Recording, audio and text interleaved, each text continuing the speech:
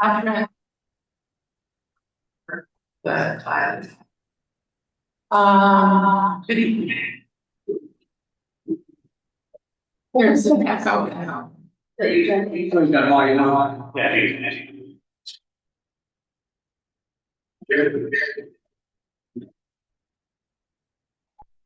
one I never heard of that. Yeah. Oh, okay,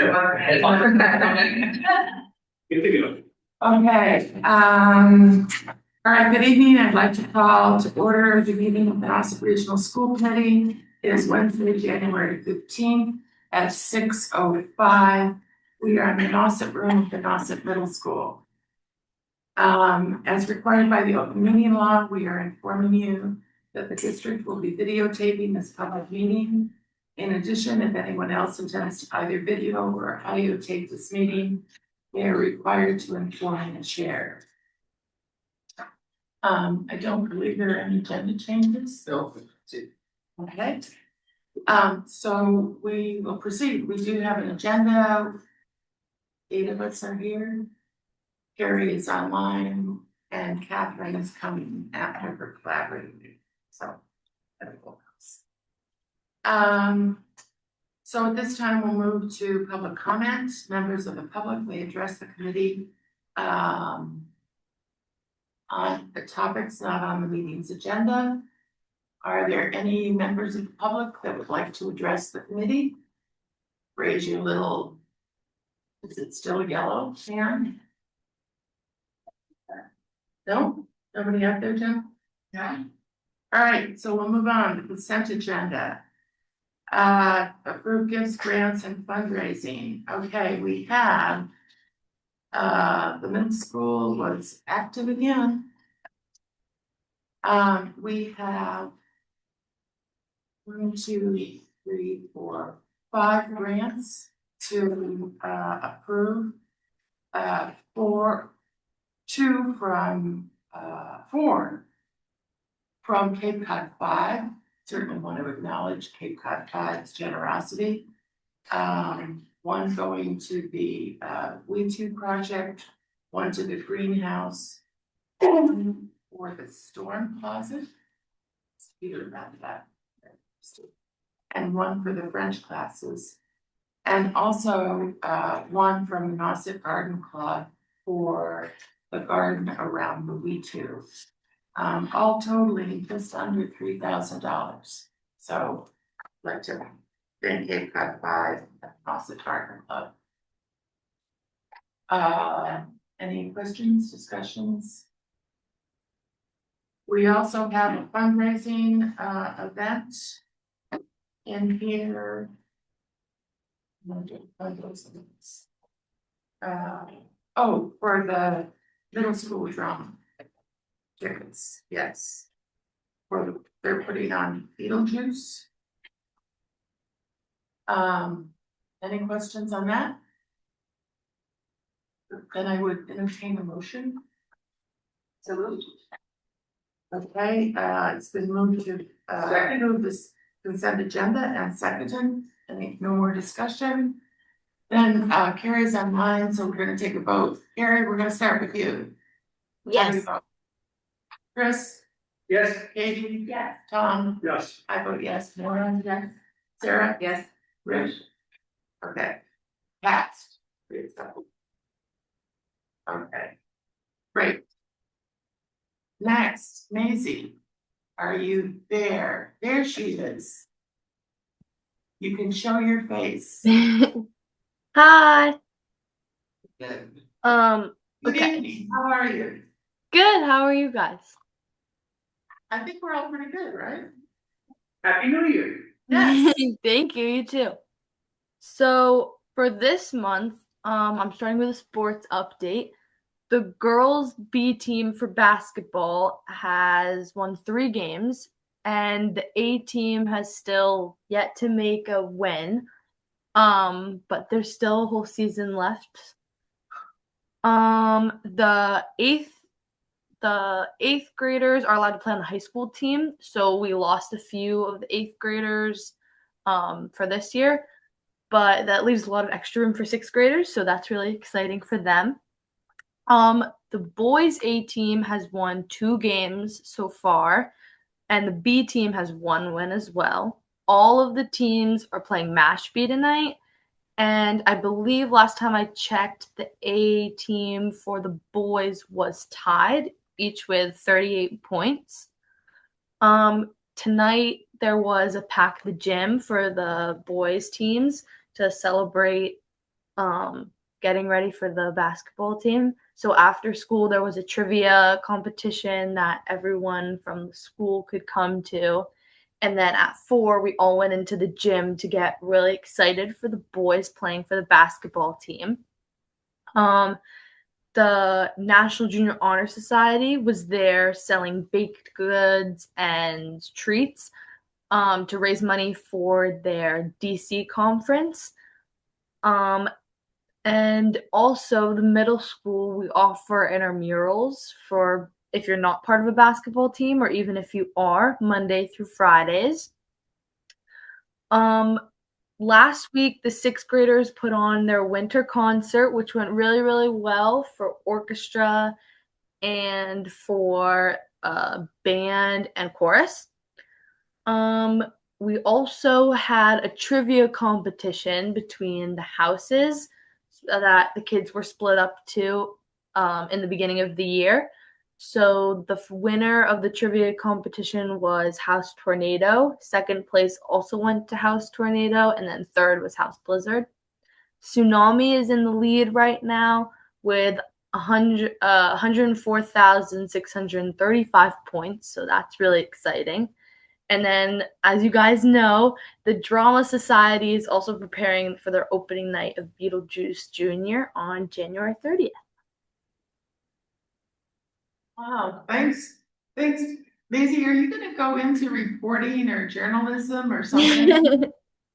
Um, Well, I like how you talked about the sports teams and you never used the word lose or lost. It was like, they're still looking to win. More politics would be good. Thank you. Okay, any questions for Maisie? All right, again, tell us again what house you're in because I forgot. I'm a team captain of House Blizzard, and we're in second place right now. All right, should we give it back on the wreaths that were purchased? I at least got some, right? Oh, my wreath is still up. Really? It's absolutely, it doesn't come. Yay. Maybe Valentine's Day, I'll take it. Thanks, Green. I knew the Okay, Maisie, have a good month. We'll Thank see you. in Thank February. you, you too. Okay, and then we move on to the high school, Sophia. Good evening. Hi. Hi, how's everybody? Good, how are you? So I have a few things I'd like to share. Just about a week ago, everyone moved into the second half of the construction at the high school. It was a pretty smooth transition. It only took a few days for everyone to get used to where all their new classes are and to stop getting lost in the hallways. And then some things about clubs going on. The robotics team just finished their season. They were awarded an innovation award. And our brand new DECA organization attended their first conference last week, and I think they're sending 2 students to states. And finally, Student Council is preparing for their upcoming CMASC conference in February, where we'll present our book with everything that we've completed within this council year. And then in just less than a week, we have the start of midterms, which has everyone on high alert, studying hard, looking over everything we've done all year, and then preparing for the new term that starts right after that. Winter sports season is just almost halfway through. I know that winter track has been getting a lot of fun wins every time they go to Wheaton, and the girls basketball team won their game against Martha's Vineyard a few days ago. They unfortunately didn't win yesterday when we played St. John Paul, but we have Monomoy on Friday, so there's always a chance to step up. And then boys hockey is doing pretty well, only one loss. So good things to come from them. And I think that girls hockey as well is on the up and up. That's all I have. Yeah. Thanks, that's great. So, Sophia, what do you like best about the new school? About the whole new school? The new student center is, with the Google stairs and everything, is so cool. It's such a fun place to be, and they finally allowed lunches in there. So there's a lot of different opportunities. The lunch schedule has changed a little bit, so now we have 2 lunches, but even more places to go during lunch, which definitely opens up opportunities to hang out with your friends. That's great. That's great. Okay, any questions for Sophia? Thanks again for coming, sharing with us. Sounds like all good news. And are you gonna be sad to see the modulars go? Maybe I think I'm just really happy to see the new school, so it's okay if they leave. Okay, all right. I think that's fair enough. Okay, thanks, Sophia. Thank you. Have a good month. You as well. Okay, so before we move on, I would like to introduce to everybody, many of us have met him before, Gabe Walsh, who is our student council representative, so he's going to be coming to our meetings. Gabe is, I see Gabe all over the place. He pops up all the time. And he's on the student council, I know that. He was on the superintendent search committee with us. And he's a mean soccer player. That's all true, isn't it? So stretch maybe the soccer player. And in the summer, he works at Ice Cream Cafe. Best job in North BC. Well, welcome, Dave, okay, and feel free to participate. We have a pretty casual show here. All right, okay, we're gonna move on to C, and we are grateful that Michelle Pavlou, who is the athletic trainer at the high school, and I think almost anybody who plays a sport, she's the favorite person out there. She's come to give us a presentation that you gave at MCAS conference, right? Yeah, I'm just gonna turn it over to you. Thank you. Thank you very much for the school committee for allowing me to come and speak tonight and present on what the athletic trainers of Mass, it's the secondary school committee that I'm on, that we presented at the Mass conference in November. Like to thank my family, because without them, I wouldn't be able to do what I do and work the hours that I work, and the countless Uber drivers take my daughter where she needs to go. And my husband as well, who I've shamelessly gotten to coach track and cross country and basketball in high school. So we could see each other more. So what this discussion is about is a little bit, I've switched it to kind of talk about what I do at Nauset and how our role, or what my role is in the secondary school, and what it looks like at Nauset. So an athletic trainer is a certified medical professional. We're recognized by the American Medical Association. You have to have a master's degree to sit for our boards exam. So now students that graduate from school, it's no longer an entry-level bachelor's, it's an entry-level master's, similar to OT and what PT used to be, which is now a doctorate. So it's a 5 or 6 year program. You have to have a CPR and AED certification that you continue for healthcare providers and professional rescuers. There's clinical competencies that you have to gain, and about 2,500 hours of clinical education.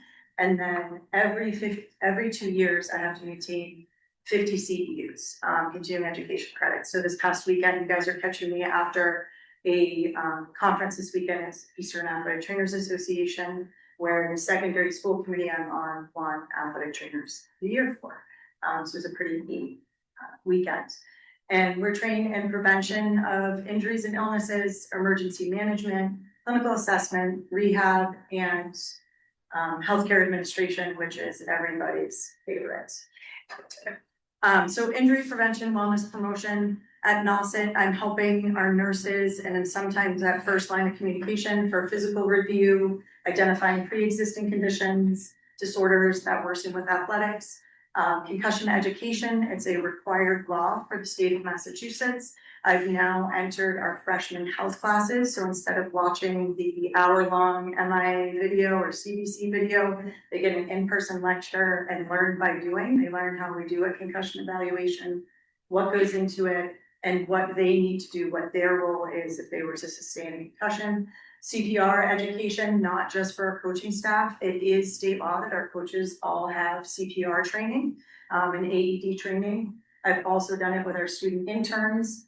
And we did real world scenarios this past fall from, this is a scene in the bathroom, but we had one in the loading dock area. We did one in the gymnasium with gym classes going on to add a little bit of stress because it's not always a quiet, classroom environment. And then MIA requires opioid education, nutrition education, and just wellness promotion yearly. And then environmental conditions. So we have drastic temperature changes in New England and specifically on the Cape. So we'll go from having a 50-degree day in spring playoffs to then having an 80-degree day and just making modifications to those games, those practices to help our student athletes. Injury assessment, I apologize for these slides, look away if you're a little squeamish. But these have all happened at school and at Nauset. And if I could take a picture of everything, I'd have a 3-hour-long presentation. So assessing an injury and illness and coming up with a plan for that. Did we miss the emergency? Or one back. There should be an emergency management slide. I don't know if it got carried over. All right, I'll talk about it briefly. Before we get into injury assessment and evaluation, emergency management is one of the biggest things I do on a daily basis. From coverage of games, practices, to events on campus, pretty much from 3 o'clock to 10 o'clock, I'm an emergency care provider at Nauset. So we have an emergency action plan for our athletic venues, because we don't just participate at the high school. We've had to revamp everything with our building remodel. We have one for Charles Moore Arena, one for the pool, one for our golf courses, because we do participate in both of them, how we carry out those emergency procedures, and then what happens after the emergency. So I did have a video with a hockey injury that was sustained last year. And in that video, in that timeline, what do we do in that instance? Not just for that athlete, but the athletes that witnessed that event that then have to go back on the ice and finish that game. And it doesn't just happen in ice hockey, it happens in soccer. And oftentimes, depending on how much time is left in a game, they may just stop the game, depending on the severity of the emergency. And the incident that I did have in that slide, it was about a 10-minute turnaround time from the time I stepped foot on the ice and the injury happened to getting him in the locker room, to getting him in the ambulance to Cape Cod Hospital. It was like a perfect scenario that if we could replay it every time there was an emergency, we would be grateful. From the EMTs that worked to our school resource officer that came over to get him the care he needed. And then it was debriefing after the injury. So not just debriefing with the student athletes to make sure that they're okay, that they understood what was happening, but also debriefing with our administration team, our nurses, our guidance counselor, so they know that what happened to the student and what they're going to need moving forward. Injury and illness assessment and evaluation. This is what happens in the athletic training room on a daily basis. Someone comes in, it could be the gory, looks like a shark bite, but that was actually from a cleat in practice. To the, my shins are bothering me, I've been running track, what do I do?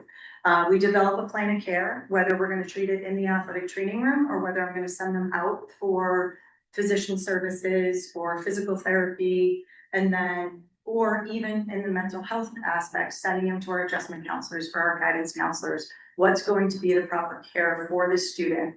And, we try and do a lot in-house. We want to keep kids in school. We don't want to send them out for appointments. So I try and do as much as we can in-house, but there is always that potential for referral to our physician services. Once we've diagnosed the injury, we move to therapeutic intervention and rehabilitation. So this is when we enhance the recovery process. So not everybody needs formal PT. And unfortunately, our PT groups can book 4 to 6 weeks out. Unfortunately, our resources are very limited and we have no PT clinic from Provincetown to Orleans. So pretty much our P-Town, our rural, our wealthy student athletes really struggle to get PT services just because of the coordinating rides and times and not missing school. So we can do some of that in-house therapeutic modalities from ice, heat, ultrasound. We have a brand new fancy cold tub. Thank you to the building remodel. Ultrasound, electrical stim. We throw whatever will help them improve. They may not get better faster, but they're going to be stronger when they come back. Therapeutic exercise. Gabe can probably speak a little bit to this. You don't just get to come in and get stretched and get a massage. You have to do the work too. We want you to not have to come back into the athletic training room. We want to get you back to your sport and keep you doing it. And it's a consistency of care part. I'm with them from that emergency moment till the time they step back on the field. Some kids I see every day, some I'll see once a week, but just that connection, checking in with them, making sure they're doing what they need to do, but also making sure that they're okay. Our student athletes are really high powered. They're active. They're playing 12 months out of the year, and then they get a season-ending injury. What do they now look like? Their identity is missing. The reason they come to school are sports for some of them. So how do we keep them still engaged with their teammates, still engaged in school, and doing what they need to do? And then healthcare administration, if you ask any healthcare provider, this is possibly the worst, and I haven't sat at my desk for more than 15 minutes since last Friday, so it's kind of piling up. But this is where we document all aspects of patient care. Every contact that comes into the athletic training room gets documented in my internet portal. It's called Sportswear. So from the I'm grabbing a bag of ice to, hey, can we sit down and have a chat? Something's going on with my team. Gets documented in there. Injury reports when we have an emergency situation, when we have an injury that's referred out to a physician, referred to an orthopedic. I file an injury report that then has to get filed with central office along with an insurance claim form. And interdisciplinary communication. So we did have an emergency last night and I got home. I emailed our administrative team, our nurses, our guidance counselor, explaining what happened, thanking our maintenance staff for making sure all the doors were open and the patient was accessible, and making sure that who needed to know ahead of that child coming back to campus. And then concussion documentation, which this is state run. We have to do pre-participation screening for concussions. We do sway testing now. That's a switch from Impact a few years ago. It's a more all-encompassing tool. And then we have to get clearance forms for all our student athletes coming back from concussions, whether I'm filing them or their physician is filing them. Every student athlete returning to play has to have one. So we've started this. Gabe can attest to it as well. The question of the day started in about October.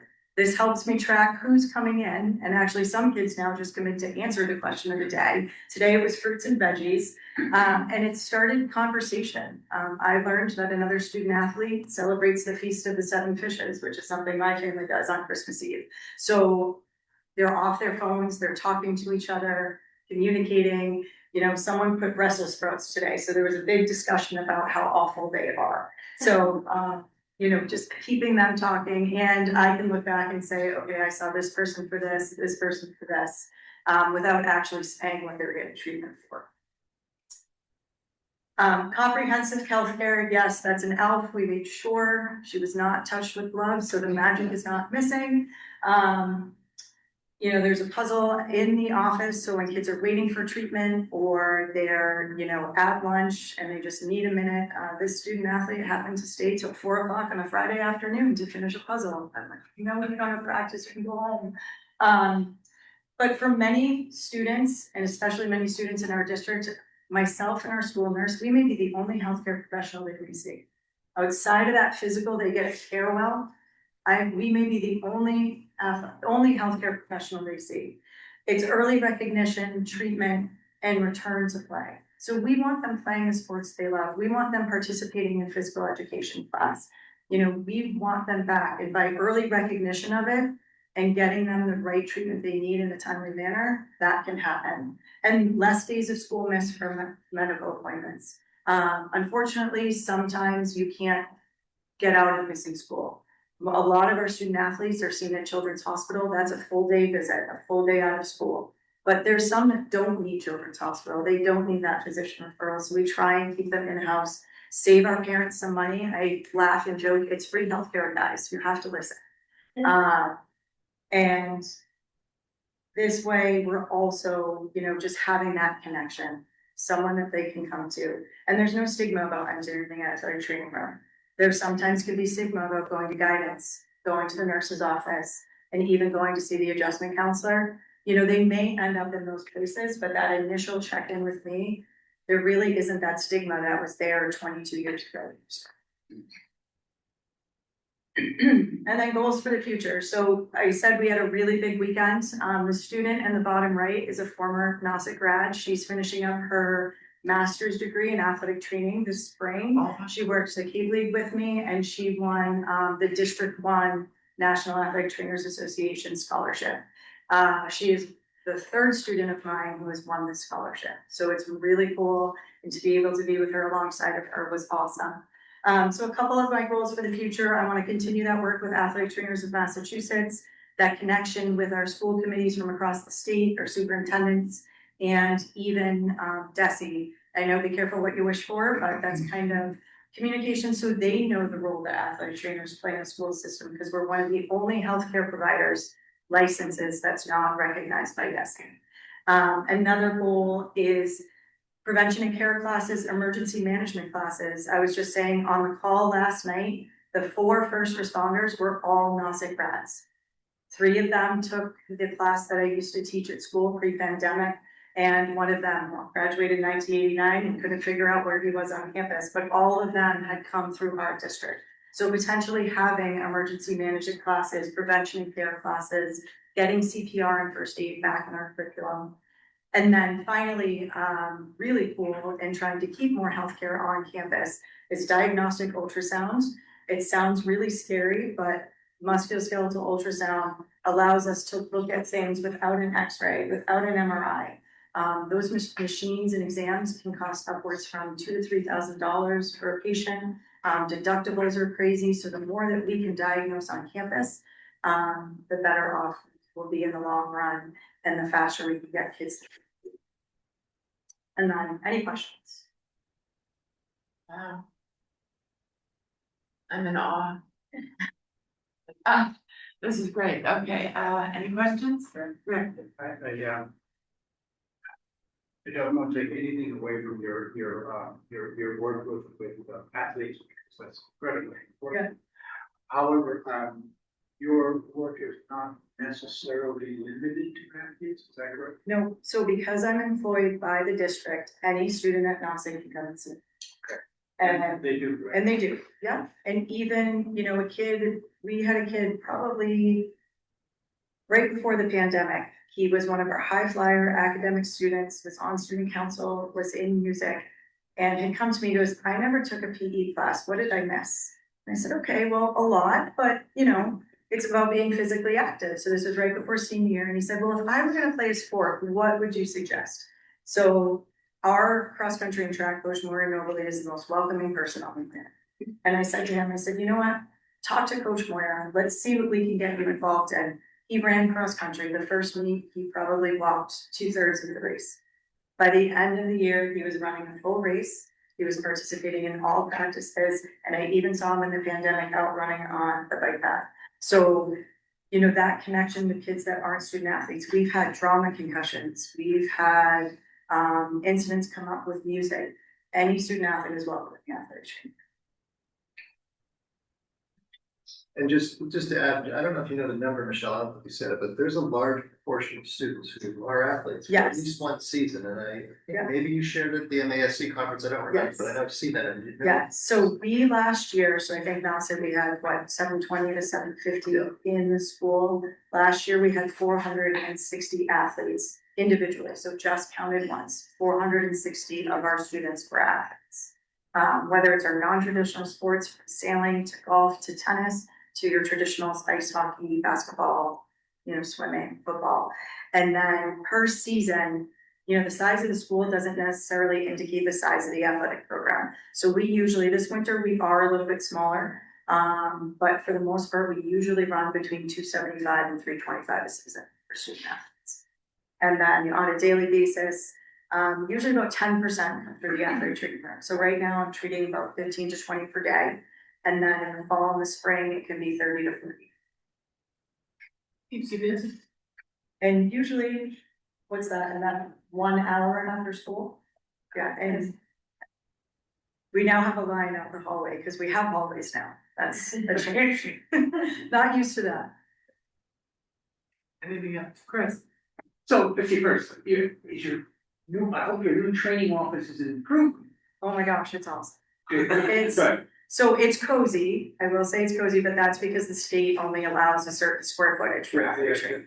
But it's the most functional I've ever had. I have a quiet office, I have our own bathroom, which is amazing. Priceless, and a wet area and things like that. So it is one of the best functioning spaces I've had. But I did work out of a bathroom for my first couple of years.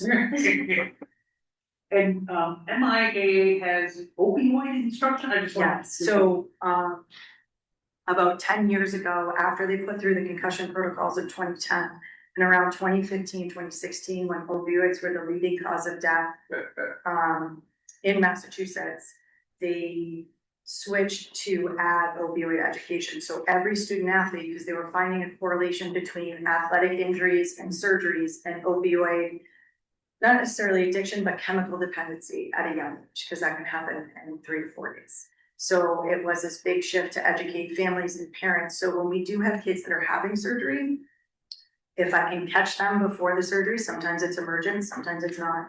I sit down with them and have a conversation and say, this is what you're potentially going to be prescribed. These are other options, ask for alternatives. This is how you dispose of them. This is how you can safely take them, and no, you cannot drive, and no, you can't return to campus while you're doing. And insurance, I mean, you addressed it in various parts, but so our student athletes, is there like an umbrella policy that covers those that may not? So, yeah, so They have inferior.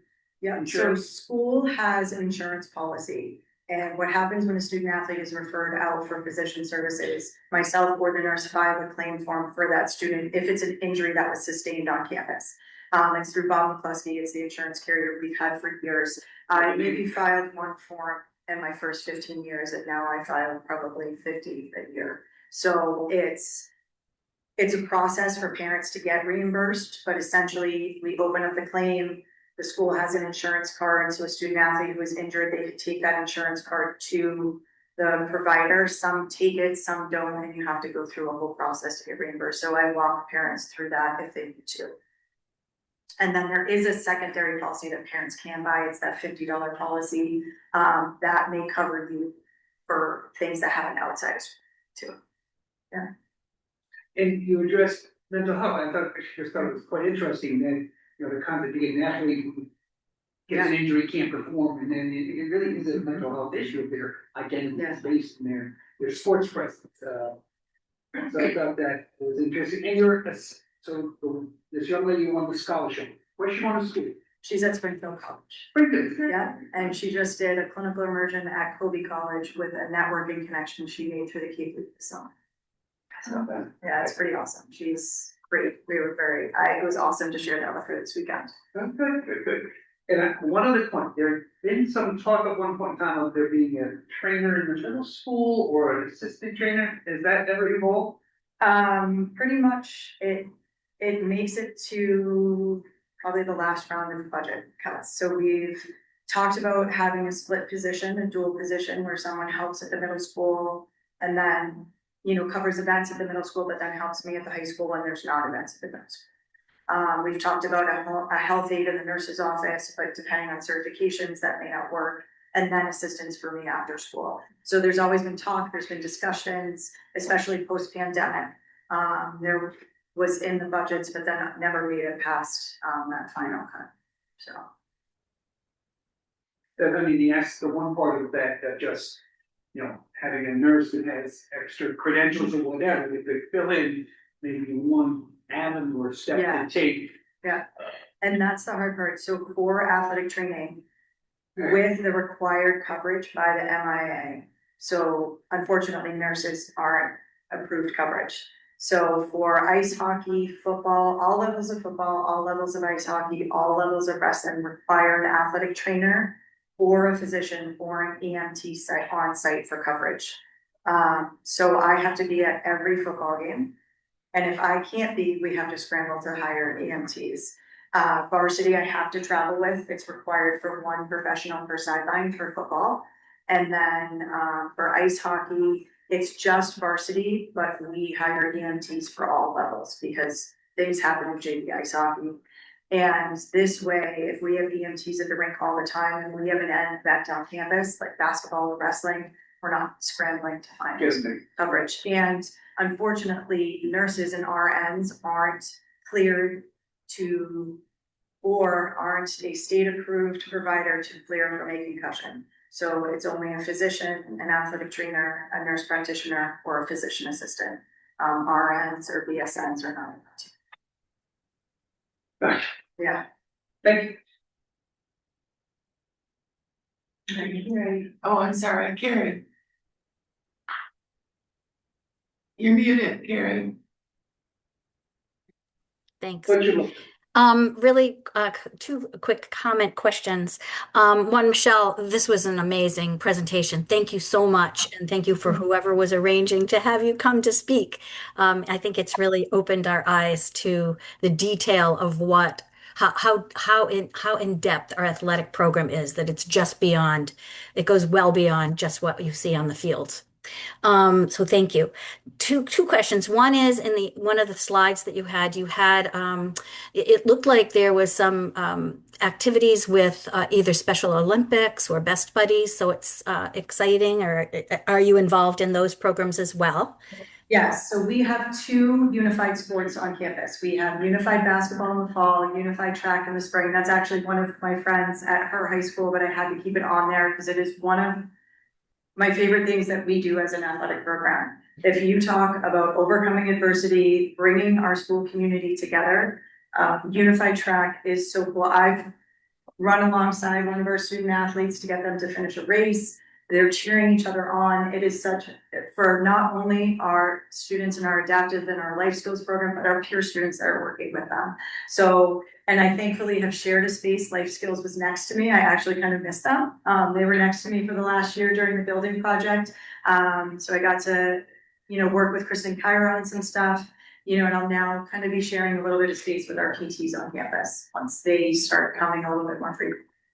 Thank you, thank you, thank you. And then the last thing, I'm a real data person. So I imagine that I wonder if part of your function would be to look at any patterns that you see of injuries. That if you see patterns in injuries, like whether you intervene with coaches or with certain moves or certain plays or certain sports, that you see a pattern of injury. Is there something that you do, whether it's administration or through coaches or any of that?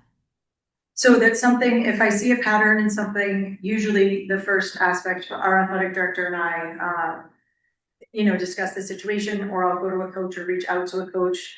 We had 1 year a high rate in girls lacrosse of concussions or in sailing, and it happened to be just our skill level of our sailors or our skill level of our lacrosse players that year weren't what it used to be, and they weren't really prepared for what they were doing. We've seen instances, in football last year, where we had the gamut of injuries from general medical conditions to, we had 3 injuries on 4 back-to-back plays at 1 away game last year. And it was, talk about outplaying your resources. We did it last year. And, 2 of those were season-ending injuries. And, if we look at the playing surface, that game, it's a grass field. It was also the outfield had gravel because it was a football field that was part of a baseball field. So some of that we wouldn't have been able to fix. That's unfortunately the playing surface that we were on. So that's something that we can take a look at too. Strength and conditioning is the huge piece of what John and I have been talking about for the last couple of years, our athletes being stronger. Training in the weight room, track is in there 2 days a week now, that winter season has started, and trying to get some of our other teams to utilize the space that we have to help prevent some of those injuries. Thank you so much. Thank you very much for your work.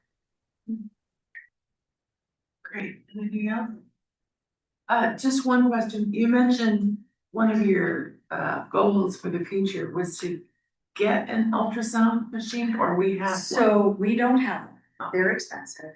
Yes. My goal would be the certification, is to get the certification and the tools to be able to do it so that as these tools become more handy, so they were originally $20 to $25,000. They're expensive, but you now can get handheld ones that promote to your phone for $12,000.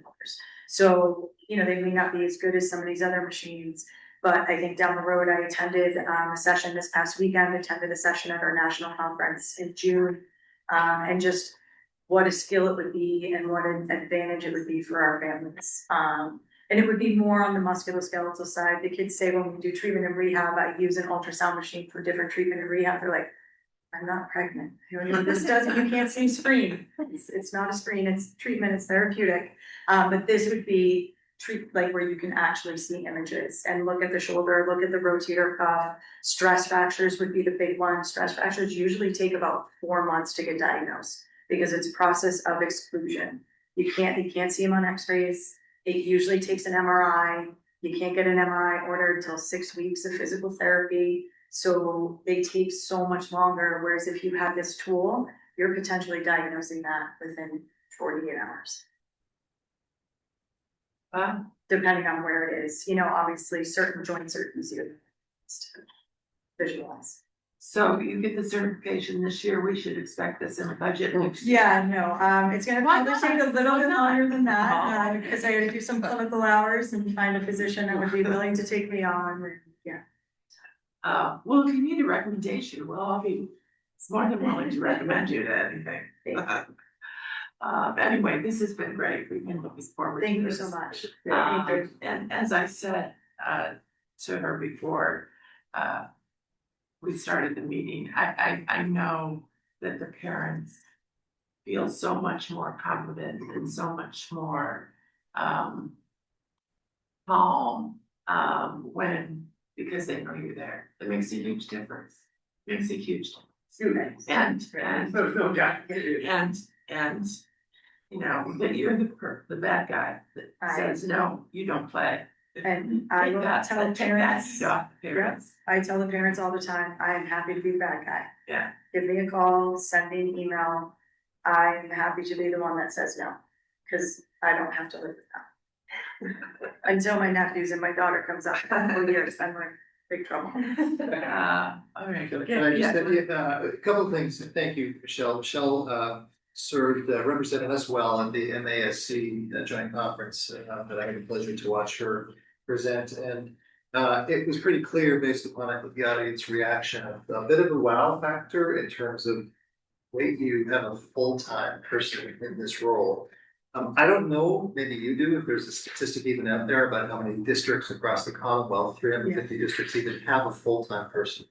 So it's about 50% are full-time, 70% of districts have somebody in some capacity, and like 50% are full-time. And then 30% are without services altogether.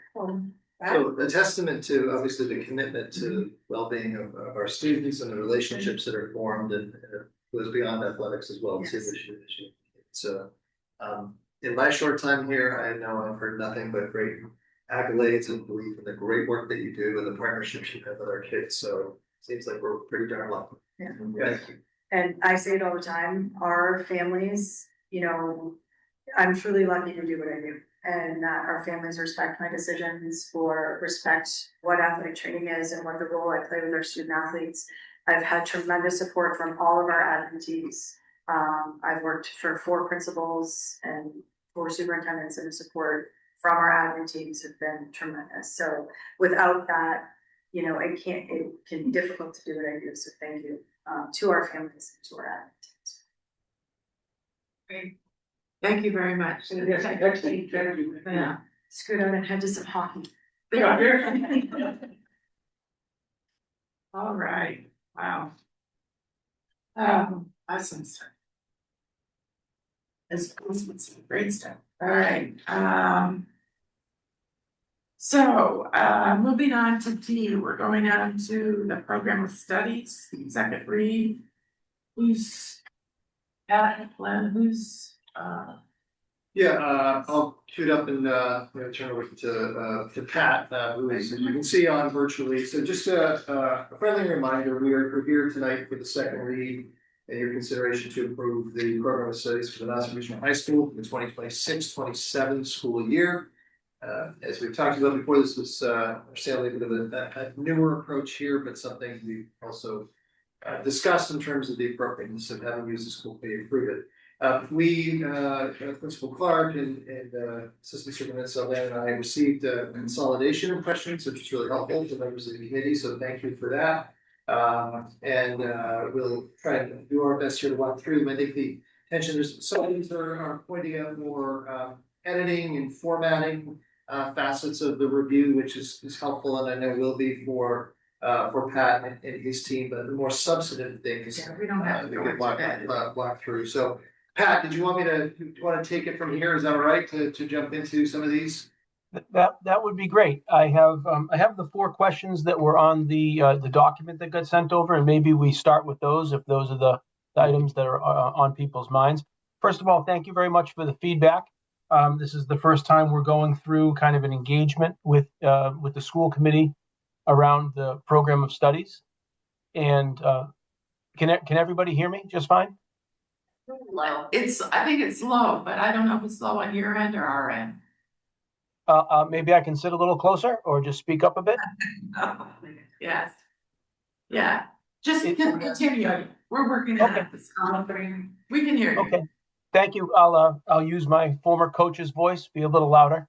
So in terms of the feedback, thank you very much. There's some work to do to bring the document together to be more one voice. So thank you for the feedback. There are 4 areas that were question areas that I certainly would like to speak to. We have some very unique offerings, as you know, different than many schools in terms of students doing different and creative things, particularly as upperclassmen. A few of those areas are senior projects and work experience.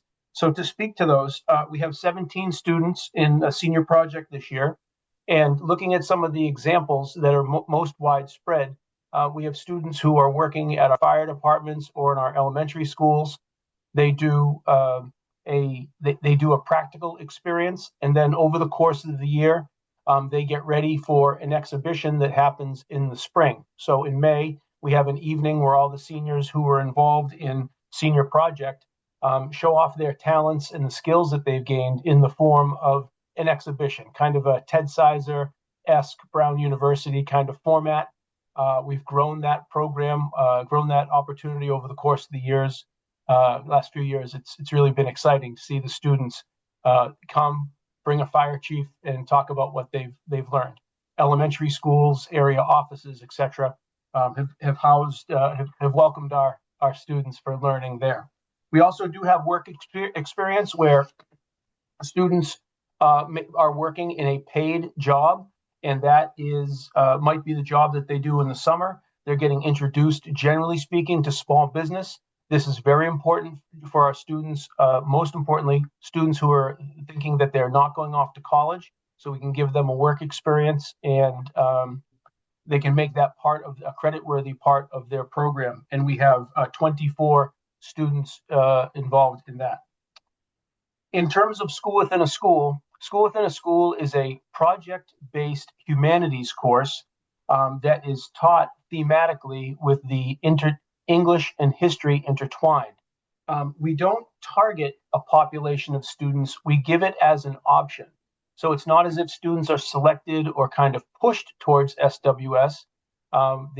The School Within a School teachers present at our class meetings, or they make videos that students review, and then the students choose this program specifically for their humanities courses and for those credits. That's English and history. And then the other question is Cape Cod Community College and dual enrollment. We've never gotten involved, and I don't believe the business office has ever gotten involved in any kind of negotiation or request to lower costs for students who are involved in dual enrollment. I know the question was, is it possible to work a deal with Cape Cod Community College? The answer is, I don't know. We could do some homework and we could see if they were willing to bring some costs down. I know back several years ago now, maybe 4 or 5, Senator Sear spoke to legislation or monies that they were working on to try to either bring down or eliminate the cost for high school students involved in early college. I don't know where that went. For college, for high school graduates, as you know, in many instances, the community college, learning at the community college is now free. So maybe resources went that way as compared to going to high school students. So just wanted to make sure people had some more information about the questions that were on their mind, and I'm happy to help you with any others that you might have. Anything else? Pat, on just a couple of follow-ups, one on dual enrollment and one on school within a school.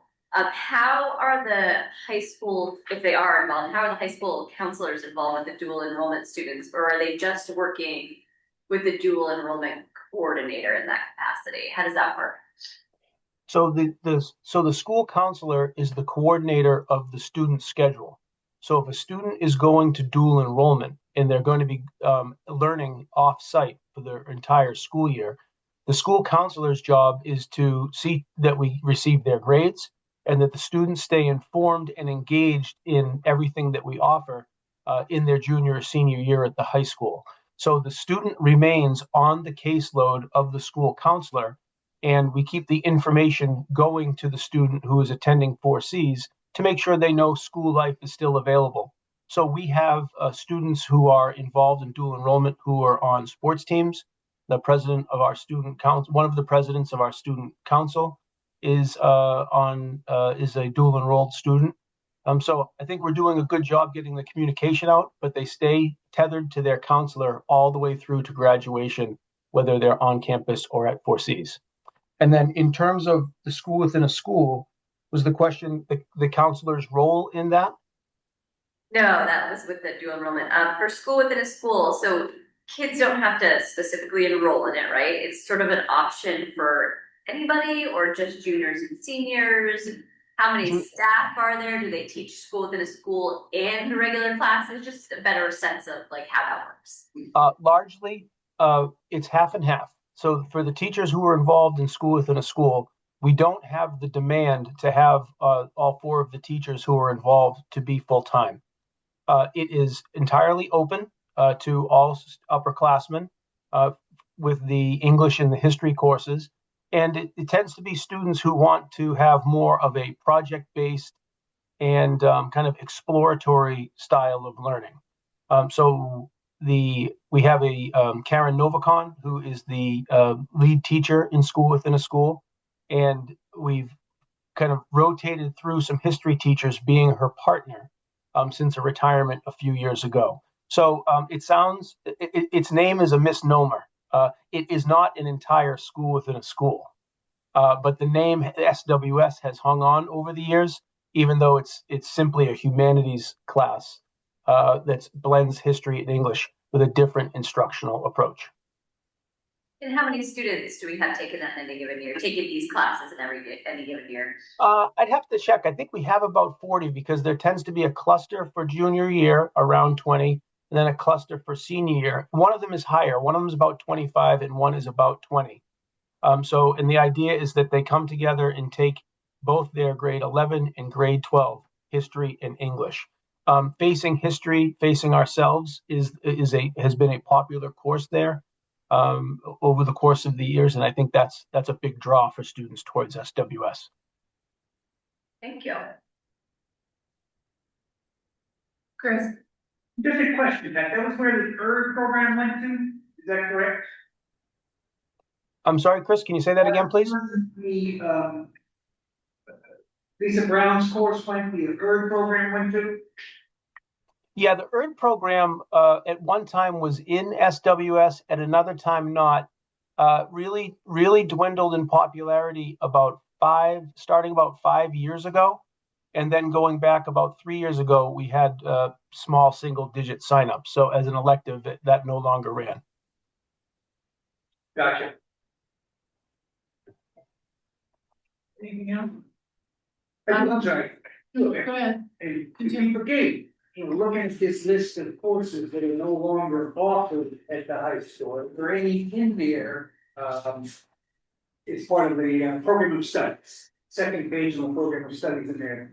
Are there any in there that you think, would, whatever, miss or whatever? I think it's, when we see some of these, the rehearsal and performance, I'm wondering why it would be necessary to end it, and that we still have, it's a quarter credit, and we still have those productions going on, is it we don't have the teacher, professional to administer it? Well, why would that no longer be offered, or interest? Yeah, it's really a student population and interest thing. As you know, we have a declining enrollment situation. In terms of that course particularly, we've blended the various courses in drama together so we can keep one going. So the total student population in drama is going to blend it into a course section or two. So tallies really drive this. Students get the whole menu of all the courses that we offer, and then we see where their interests for electives lie. And then we try to run as many of the courses as possible with those numbers. So generally speaking, when you see those classes not running, it's due to the lack of popularity. After a couple of years of there not being any signups for a course, it makes sense to remove it from the program of studies because it just becomes a scheduling obstacle. I think we still have a great variety in terms of, for the size of our school. When people look at our program of studies, they assume we have a school of about 1,100 students, and we don't. But kudos to the teachers for blending and teaching different things to make sure students get a nice variety of electives. If I could just follow up on that, I may have been reading it wrong, but the courses that you listed that said we're not in the program of studies anymore, we're still in the program of studies. I thought some of them, and so you might want to check. It said printmaking was there, but printmaking is still listed in the program of studies. So it wasn't highlighted out like the architecture program was. So all of those courses that were listed, maybe not all of them that were there, but some of them were there. Printmaking was there, and that theater thing was still there. So I was confused. Well, I'll double check that any of the courses that should be read are. All of the courses that I spoke to last time we met, the few courses that are being removed, and I'll double check that they're read so you can see them. Well, because you have a long list of courses that I thought was being removed from the fine arts, right? Or fine arts is, well, all architecture from here. It's architecture, but then it's You've got culinary art, there's visual arts, you've got music, general music, performing arts. I'd have to take a look. I'm sorry, I'm not there to look at that list. It's in your memo, the list in your memo. Yes. Look. Yeah. So in terms of the courses being removed, those are specific to what I presented last week.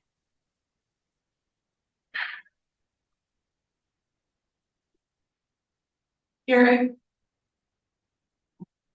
Thank you so much, Judy. And thanks for that last question as well. I'm glad that you caught that.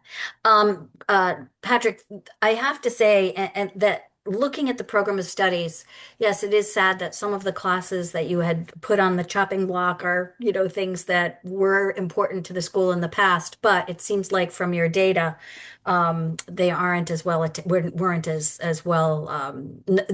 People had lost interest in those classes. I have to say, looking at the total program of studies, the variety of classes that we offer in Nauset really represents Nauset as as we all have come to know it. The variety of academic classes and the importance and the variety of those electives that we still have really do illustrate what you have on your graduate, your communicator, problem solver, creative thinking, global citizen, self-directed learner, and collaborator. Those classes really do build those potentials. So it really looks like a very well-rounded program, and I really thank you for your and your staff's work on all of this. Thank you. Thank you. Catherine? Yeah, I just had a question about, or an observation about getting rid of something like printmaking. And what I was wondering is, has the because I understand that you need like printing presses to do printmaking, and so maybe that's something that did not ever get transferred from the old studios. But 4Cs, like what would be the mechanism, or how would, say, a student wanted to take printmaking, it's not being offered at Nauset, and not if they don't want to do dual enrollment, they just want to take this course. Is there a mechanism whereby they would be able to do that, and not with just printmaking, but with some of these, with any course really that wouldn't be offered at Nauset? They could. We have, if a student wants to be singularly dual enrolled for a course, say in the evening, it's very rare that students do, because the variety in the program of studies is, generally speaking, so robust. We don't have much of a demand for it. But a student certainly could be singularly dual enrolled for, say, taking a night course at Cape Cod Community College. But we run these, if printmaking were popular and students were flocking towards it, it would not be being removed. We have multiple years of there being, super low enrollment, because students who are interested in printmaking may also be interested in pottery, or may also be interested in jewelry making, some of these programs that have real numbers. So there's plenty of creative opportunity, but when the numbers are that low, we don't continue to run the course. But the answer to your question is yes, singular dual enrollment can be a practice. But it would have to be in the evening, not during the day. Well, because of the schedule and because of our distance, having it during the regular student school day wouldn't be practical, because that would be a course that you'd have to be physically present for, as compared to a virtual course. So afternoon or evening. Okay, thank you. And one quick follow-up, may I, to that, Judy? Yeah. And could a student also take a college level course, whether it's at night or wherever, as an independent study, Patrick? Yes. Yes, a student can add to their program through independent study. Chris? Just so one thing, first of all, how many students do we have that are dual enrolled, I guess, would be the question. 30. I need an exact, but just an estimate, 2 or 1? Specifically 30. 30, gotcha. And so of them, when we talk about dual enrollment, are the majority of them taking all of their classes at 4Cs? Or are the majority of them taking a mix, some in both places? Or are the majority of them just taking one at 4Cs and all the rest back at the Nauset? What's the makeup? I believe the number is 22 and 8, but I'd have to double check that, meaning 22 of them are full-time taking their courses at 4Cs, and 8 of them have a singular course that they're working into their schedule through 4Cs. But I don't have the exact number, but I believe that's it. That's interesting. I'm sorry, I did ask you a question, I just didn't want to jump you on it. You just see anything in there that,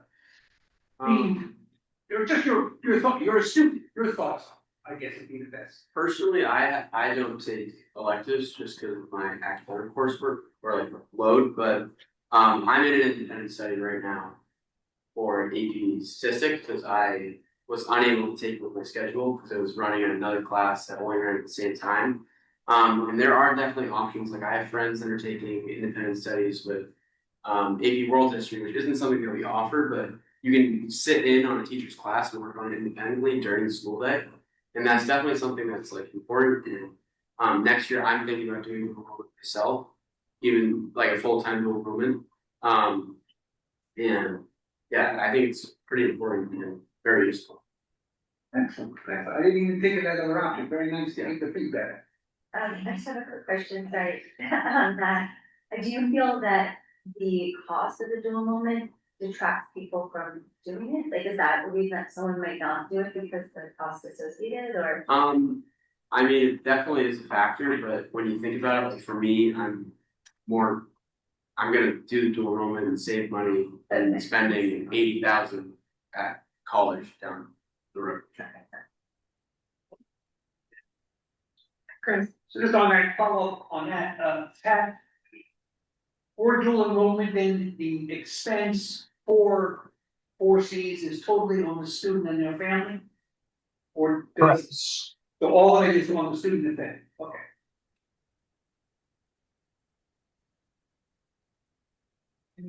And in terms of learning more about this, if you're interested in digging into it and learning more, the state language, when you read their materials, it's actually under the umbrella of early college.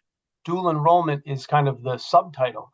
So when you look at the options for early college around the country and in Massachusetts, there are different configurations where students are blending their high school, their time on a college campus, and then in some cases their virtual learning that's tethered either to their high school or their college. So early college is the place you'd like to look to learn more. Just on that topic, I think it would be, I would hate to think that the students in our school, because of their finances, are holding back their academic careers because they can't afford to go to college. So looking for maybe some alternate funding or JDC or whatever, to find that there are funds available to help offset that, I think would be a great thing. And I appreciate what you're saying, Gabe, but I think many of those students, there are many students that are going to school that are getting, they cannot afford it, the cost, they're getting a full load or whatever, getting you covered, whereas the schooling, you do the dual enrollment, you're not getting anything for it, so it's coming directly out of your pocket. So it would be something, at least to look into to see if they can find funds available for it. And I don't mean looking at the number of students, it shouldn't be that tax, it shouldn't be that much. So. Okay, anything else? Just to go off that a little bit, not to take away from like the students that can't afford it, but there are like really good options at the school. I'm like a lot of people are taking it because they can work half the days and they get to, I don't know, have more free time, more like flexible schedule. And but like if you can't afford it, and I personally am someone that would have to like pay for it myself, I would have to work for it. And but if you do stay at the school, there are so many options that you can really maximize and get just as many credits like through AP or, well, we don't buy anything, but like you can still work out a way to like hopefully get ahead. It just means having educational opportunities, options at that age group. You don't want to put up roadblocks. You want to keep the door open so that they can explore their options. I just think it's part of what education's about. Why we keep the tech school going and all that good stuff. Yes. I just have a couple of things. On the online coursework, I know that I remember that when the Mandarin teacher left, we continued to offer Mandarin online.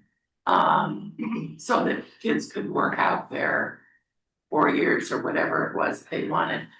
But what kinds of things are online now that we would pay for? There's a few courses that are particularly popular. One area, as Michelle spoke to, medical terminology is a popular course for us online. It's not something that we offer in the regular program. We have students, like Michelle pointed to, who are leading the way of personal trainer or EMS. So by and large, the purpose for online is that if we have a conflict, like Gabe just mentioned, doing an independent study or doing a course online, but it broadens the number of electives that students have that are quite unique, like that medical terminology course. The counselors set the schedule. They meet with the student. We have the Edgenuity menu that we choose from, and we don't use it loosely because we want as many students in seats with our own faculty as possible. We know they're a great faculty, but we have some of those creative offerings as electives. So I have a little bit of a problem with this. First of all, how much does a course cost? It's not purchased by course. We spend an annual fee of $26,000 for our affiliation with Edgenuity. So we have access to all the courses that we might want with that fee. And so we can take, as many students can take as many courses as they want with this 26,000? No, our internal policy is a student does not take more than 2 courses in their high school career unless it's a medical or some type of sign off that I take care of. So could be a special circumstance. So for $26,000, we could have one student take one class, or we could have 100 students taking 300 classes, and it still would be 26,000. I don't know about the 100 students taking. I have to take a look at the fine print on the numbers. I don't know. I mean, I don't know what $26,000 gets us. I guess that's my question. $26,000 gets us access to the menu of courses that Edgenuity offers, and we have that menu for students to choose from that are specialized electives. So right now, I could take a look at the total number of courses that students take, and we at this point we spend the $26,000 because it's cheaper than buying per seat. Still don't. I still don't. So for $26,000, we can have as many students take as many courses in a year. I think we have a cap on that. So I'd take a look and let you know at a later point what that number is. But no, it's not. We could not shift the whole school to online for $26,000. No. I guess one of the reasons that I have, and I'd like to know how much it costs, and one of the reasons I have an issue with it is if we're a school that's so well known for having a vast array of courses to choose from, why do we have to add more through online? It just doesn't, we can't do everything. Well, that might be true. I can see if our curriculum was restricted, but it's not. Yeah, that could be true. We do try to give even the one-off student, like the medical terminology course or things of that nature, let them get as specific and focused as possible in particular directions for a course that wouldn't run because of the numbers. So yes, it would be cutting. It would not be giving access to some students some things that are either a career path or something that they're passionate about. But you're right. We have an awesome program of studies in the regular brick and mortar classes as well. Yeah. And I have just one more thing. Oh, Carrie, go first. Yeah, this is about the Edgenuity. So, Patrick, correct me if I'm wrong. Do we not use the Edgenuity program as well for students who, for one reason or another, we need to provide them with an education, but they're unable to come into the school building for whatever it is, whether it's for health reasons or some other reasons? Is that true? We do, and the counselors set that schedule. Sometimes we shift from the regular classroom to Edgenuity because a student has they're at home, they're ill, they're away from school for some reason. For one reason or another that we, so there, and we are still, just so everybody knows, we're still responsible for the education of those students. Yes, and saving thousands in tutoring costs that would otherwise occur if we did not have it online. Yeah. Okay, and just one last thing. I don't think I've brought this up for a number of years, but those who have been on the committee for a while. Our history program. This has been discussed. This was before your time, Pat. This was discussed on any number of occasions. Our social studies curriculum was never adjusted at the high school when the new social studies curriculum was put out by the state. And civics went to the 8th grade. And our offerings in history have never changed. I would really like to see, not this year, but when you go to do this again, to have some real thought on this. I think we're one of, I don't know if we're the only, but one of few schools, certainly on the Cape, that don't offer US History 1 or whatever it's called. So unless you take AP History, if you take the other US History courses, unless you take AP US History, you will not get history from colonization to Reconstruction. They will entirely miss that.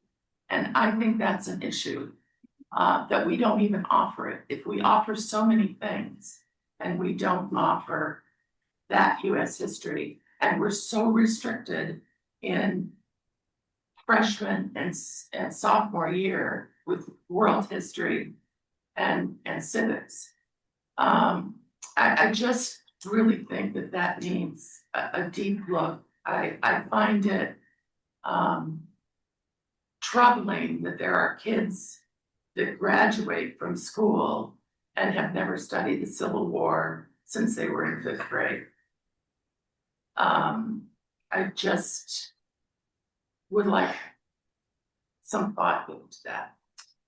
So Patrick, if you don't mind, your point is really well made. And one of the things that I've been actually talking with our administration team overall is putting together a comprehensive review plan of all of our learning. Because US history is definitely one of the areas that has popped up, as you said, that really need to look at, but there's definitely other ones as well. So one of the things that I'm working on this year is to put together a comprehensive district-wide review cycle. I started gathering information from our educators and our department heads on when was the last time they did a review cycle, and we definitely have some programs that are way overdue. And I'm hoping that once we have this document, this plan in place, we can bring the school committee to the review as well. And it will also help us with budget planning, because whenever we do a comprehensive program review and adoption, we want to make sure that we have the funds to support the decision. So I'm very timely to shoot that up, but that's something looking at. And starting next year, we'll hoping that we'll be able to identify what areas we want to look at next and do. That's great. That's great. And the other thing is, I just want to confirm that the civics project that's required by the state is done in the US history class. I thought for some reason it was done in English. Is that the middle school? No. Our civics projects are associated with the History Social Sciences department. So okay. It's a US history class. Every student finishes with their civics state aligned civics project at the school. And just as an aside, because I saw it in there, you mentioned that it's done in that class, except for the A level. So it's not included in the A levels. I'm sure it's there. It's just a little one. I just noticed it. Yes, yes, I thank just- you. I have your notes on the bottom half of the sheet. Yes. All right. Is there anything else? Yeah, Chris. Just, Pat, can we get some data on the online school, like, who takes advantage of it? I mean, just what students are the current students in the school, are they students who are past graduation age that are taking courses to try to get a graduation degree or certificate? I mean, just so we have an understanding of how much utilization we're getting for that $26. I mean, it seems to be $26,000. It seems to be some concern about it. In the past, I was under the understanding that we are getting our money's worth, but it just, having data would be good to know what kind of usage, we're getting at. Sure. If you'd like to give Vicky specifically, I just jotted a couple of those questions, but you just faded out a little bit. If you don't mind giving Vicky what your questions are, I can give her the data on the various profiles of student, which courses they take, and then I can probably show you the $26,000 as compared to pay as you go and what the savings difference is between those two. Yeah, no, I mean, just knowing what kind of utilization we have from it would probably be enough, but I'm going to speak to you. No. Sure can. Okay, anything else? Okay, this is great. If there are no more questions, then I think, I would entertain a motion that we, approve, the FY 26-27. Is that right? FY 26, FY 27 or 2026, 2027. 26-27 school year, program of studies. So we'll. Second. Okay, it's moved and seconded. Anything else? All right, then we'll, take a vote. Catherine, how do you vote? Yes. Carrie? Yes. Chris? Yes. Katie? Yes. Tom? Yes. I vote yes. Maura? Yes. Sarah? Yes. Rick? Yes. All right, unanimous. It goes to print. Thank you. And just one other point, we are working on the concept of an increased video element in our program of studies for next year. So this document will look quite different in the form of testimonials from staff and students that are digitized video speaking to the alignment with the profile of the graduate and the competencies and the skills gained in each course. So as along the way, because we're kind of reestablishing a routine with the program of studies, I guess just working through Vicky and Glenn, how we keep people tuned into what that change is, because I think it's going to be substantial. It won't just be red line edit of a couple of courses. It'll be structurally a different document. So just how we see how we think it would be best to work that through is something I guess I'll be working with Vicky on. Great. Sounds exciting. Thank you very much. Okay, I'm next. All right, next agenda item, we have the middle school pathway. Second read, middle school pathway policy. Thank you very much. So in December, we looked at the new middle school pathway that the state is requiring that we adopt into our policy. And I just realized that the policy itself didn't make it to this package, so I just wanted to pull it up there for you. But just a reminder, this is a policy that basically states that middle school students will receive equitable access to information around career and technical education. And during the December meeting, I laid out some of what the plan look like, which would include information sessions about our vocational technical schools that students will have access to, as well as our own Nauset High School, that students will have an opportunity to visit the schools and so they can make informed decisions about their high school education. This is required by the state for us to have an official policy, and we just need to have it uploaded by February 1st to the platform. So I'm just requesting a vote today on this new policy. Are there any questions? comments? We went over this last time, okay, We don't want so, to be late. pardon? We don't want to be late. No, we don't. So then, I would like a motion that we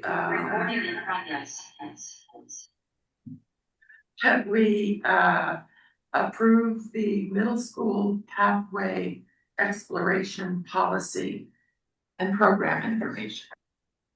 Been moved and seconded, no more discussion. All right, we'll start, Rick. Yes. Oh, in different orders. Yes. Sarah, Laura, Yes. I vote yes, Tom, Katie, Yes. Chris, Yes. Catherine, Yes. Carrie, Yes. Don. Thank you. Don. Okay, now, moving on, strategic plan. Thank you. Good evening, everyone. In your packet, there is a memo, regarding the strategic plan and just, an opportunity to bring some attention to this for members of the committee here and those that, might be at home watching. As you know, work is well underway to prepare for the start of the process to, help build the future of the Nauset Public Schools with the next rendition of our strategic plan. As you're aware, our last strategic plan technically expired at the end of June. We formed a small working group, and many thanks go to Sarah and Judy here, who were a part of this team, the small group, really spearheaded by Vicky, and I had the pleasure to sit in. But the opportunity to meet with and consider a couple of different consultants that put forth their interest in helping our community, our school community, lead this project. In the end, with strong and unanimous consensus, TLA, or Teaching and Learning Alliance, was selected, and we just really felt collectively that this would be a great match for us, our community, and who we are. And we really liked what they presented and shared with us in terms of their overarching plan. So that's great news, and just an opportunity to share that with you here this evening. Work has already shifted though to planning for the launch of this effort. That's on the back part of the memo. What you can see there is what we've identified and what we propose to that working group in terms of if we could have the best representation, if you will, across all of our stakeholder groups. You can see there, this is what we're hoping for, we're striving for, and hopefully we can come close to this. To have school committee representatives to a total of 6, 1 from each school committee, 1 parent or guardian from each of our 7 schools, 4 community members at large. And this group may not at all have students directly, or students at all, or students any longer in the school system, but we recognize that there are perhaps members in our communities, our 4 communities, who might want to get involved in this. And so we'd like to extend an invitation to them. Staff, 8 to 10, ideally, of course, representation from all of our 3 levels, elementary, middle, and high. Students, we are looking to extend an invitation to 2 students from middle school and 2 students from the high school. We know that students are very, very busy. We know that those that might be interested in this kind of thing could have a lot on their plate, but we're hopeful to engage student voice in this. And then, of course, our school building leaders and district leaders as well, too. Starting with our invitation was to really identify the dates that we have this work to unfold. It's a bit of an ambitious plan, but one that certainly I can say in our conversation, Pam Gould from TLA fully supported and embraced in terms of a timeline that's very possible.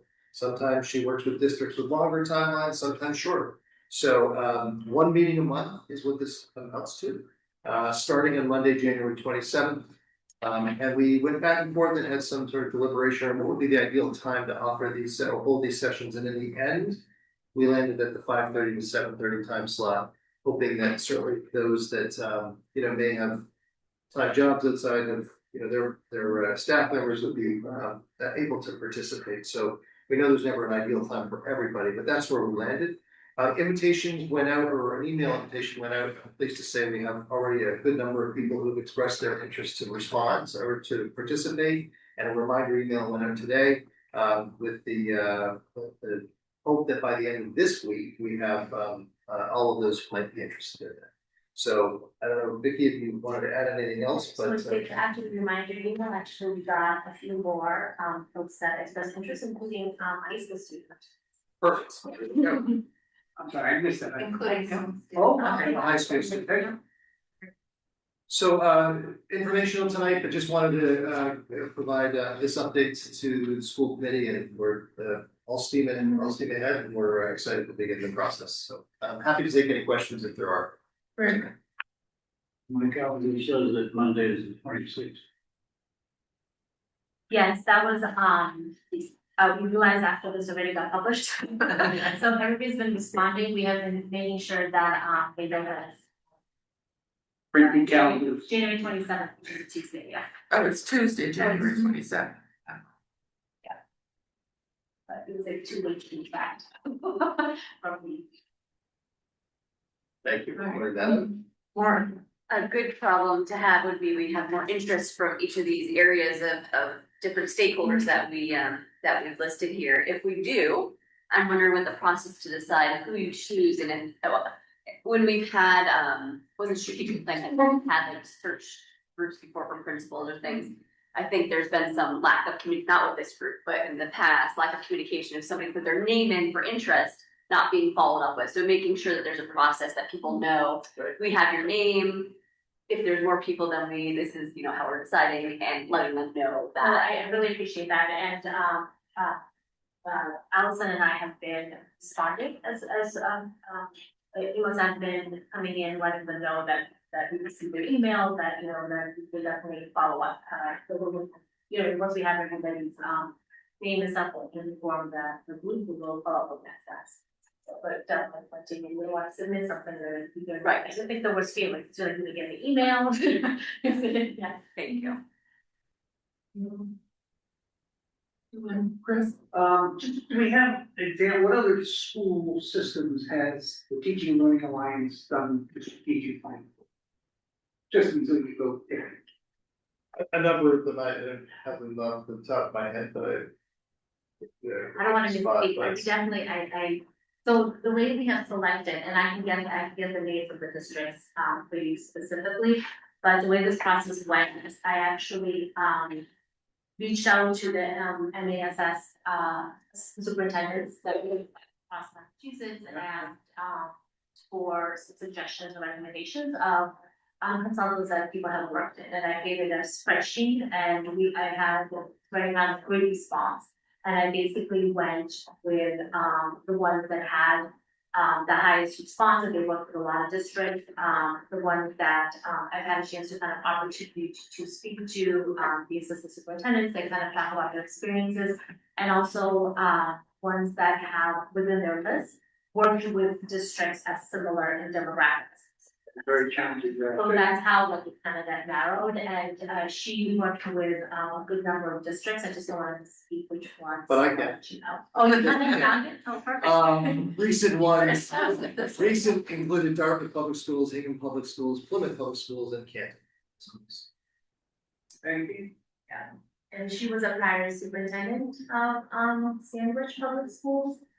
And her partner, Michael, What is her name? I'm sorry. Pam Boo. Ann Bull? Yeah, and he was superintendent of, or the leader of that. Yes. So they kind of, I don't want to speak for the whole team, but we felt that one of the things that, was kind of what they were able to capture is like, a good understanding of our, how we had access to it. So. Yeah. Rebecca Catherine? Nauset. Yeah, she did have a house. Yeah. Yeah. So I actually, you did answer one of my questions. I am on the Cape Cod Collaborative Board. We are in the middle of, well, we've just started doing our strategic planning committee, and we had our first meeting on Monday night, and with the facilitator was Dr. Pam Gould, who was phenomenal. phenomenal. We got a lot of work done. And I was just at the board meeting before this meeting, and Hope Hanscom was saying like money well spent. Um, so yeah, I guess we're all doing strategic planning. The other now that I forgot what my other question was because it was like I couldn't hear who was going to facilitate, but it was. I was very impressed. We got a lot of work done, and we're moving forward. Yeah, Dr. Gary Mayantis is the partner, her partner that she was, yeah, he's the superintendent of Plymouth. Yeah, I have to say, I think it's great that we have facilitators here to work on this to help us out. Last time we did it as Maura was on with me, it was all in-house. I think we came out with a really good product, but it was not done in 6 months. It was long and there was a lot of work put into it. So I think that this is great. Yeah, we thank you, we really do for the support because it will be, I think, a really big game changer to keep us focused and moving forward in a brief amount of time. So thanks again. Could they do any financial stuff? Okay, all right, so, okay, thanks for that. We're gonna move on now to our kind of mid-year reports. We're halfway through the school year. I know it's not a semester isn't over yet, but it's halfway through the way I found. So I just thought it would be a good time for us to look at our committees. I know we participate in more with the joint, but just our committees, kind of where we are, what's happened so far this year, and what we're gonna be doing, focusing on for the rest of the year, because the end of the year is gonna be here before you know it. So just to kind of get a little mid-year recap. So Tom, you wanna start with the budget finance? Our goals for the budget and budget planning and management of the budget finance subcommittee. We're to collaborate with the administration through the relevant subcommittees to establish responsible systems and procedures for formulating annual budgets that include setting a budget calendar that includes a clear timeline for the budget development and reviews. We've done that. We set the calendar for October. And in going over it appears we probably have to firm up just a few report dates in February back to the committee. The written guidelines were established for the budget and distributed to Glenn and Bob Dutch were part of the meeting, so it was back and forth exchange. And we came to a resolution of what we could attain.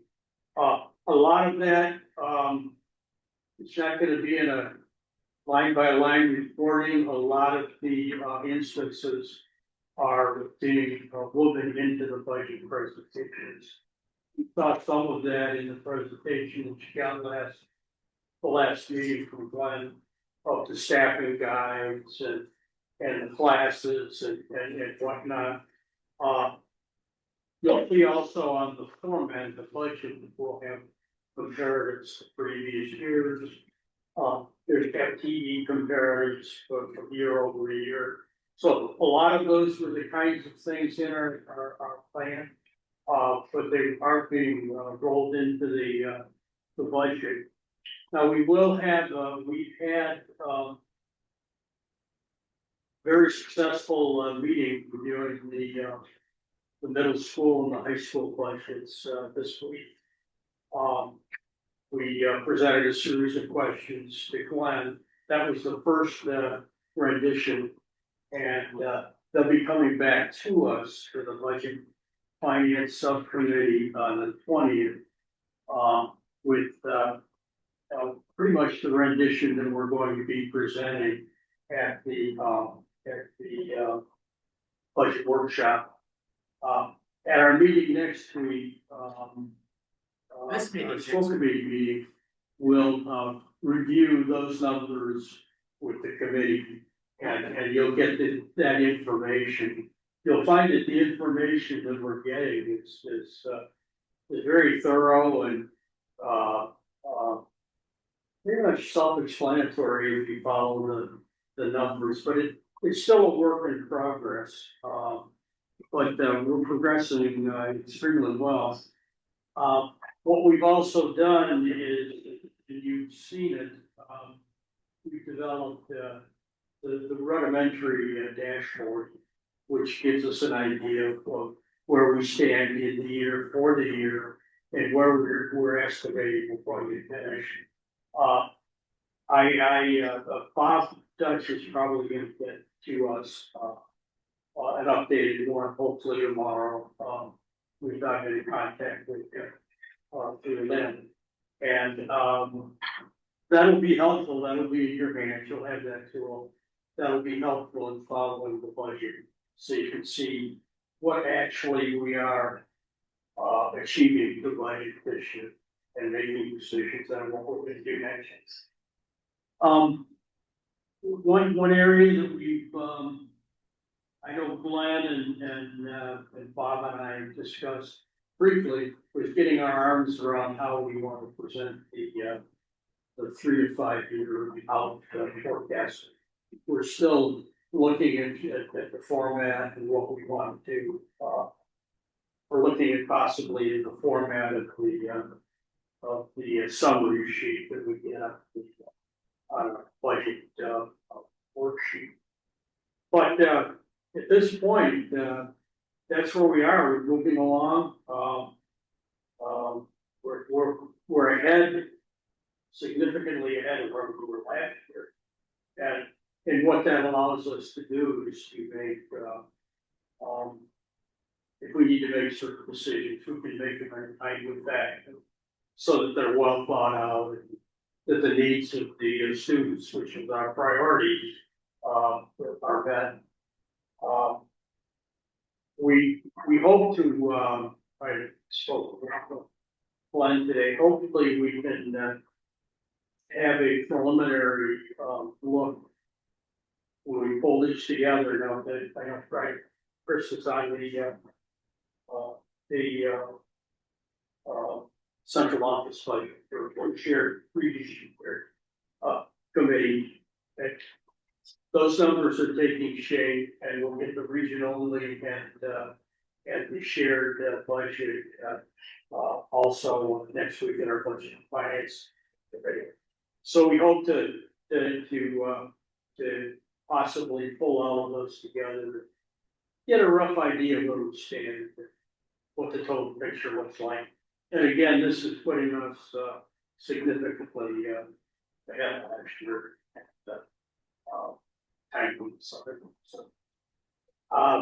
Any questions at all? I do think that it's safe to say that our new team that we have, and I know it's been instructed for all of them, including the superintendent. You don't have anything to compare it to, but we do. And I think we are ahead of any year that I've been in, with preliminary budget data. And That's good. better laid out, better explained. So that you have a better sense of how that number was arrived at and what was done in the past, and so you feel a little bit more confident. So it may not seem like it to the people who have been on the ground and are new and working on it, but I think it's been quite impressive, and still a work in progress. That's what the budget is, but It's painful for the team, but it's a pleasure for us. yeah. We'll take that. Yeah. And, okay, The Cape Cod Collaborative was another, I know that Judy's chairing the transportation committee and. the collaborative, yeah, no, On transportation. yeah, no, those, that, we'll do that later. Yeah, that's part of our, I'm just my looking, goal, I was just checking. yeah, no, there's just, while we're on budget, you wanna, Couple questions. okay, go Yeah, ahead. so dashboard is gonna be available when we haven't seen any. Well, I mean, I realize it's not gonna be the same dashboard and blah, blah, blah, but I mean. we did see it, Bob presented it, I think at the last meeting, he was gonna go back and make some adjustments. No, I'm sorry, we had not seen. So you Yes, guys, no, you had, that was. It's a couple meetings ago, Yeah. I don't think it's, there was no E and D presented, I'm aware. it's just not gonna be the same report. Yeah, but I mean, the E and D is. We've been paying for.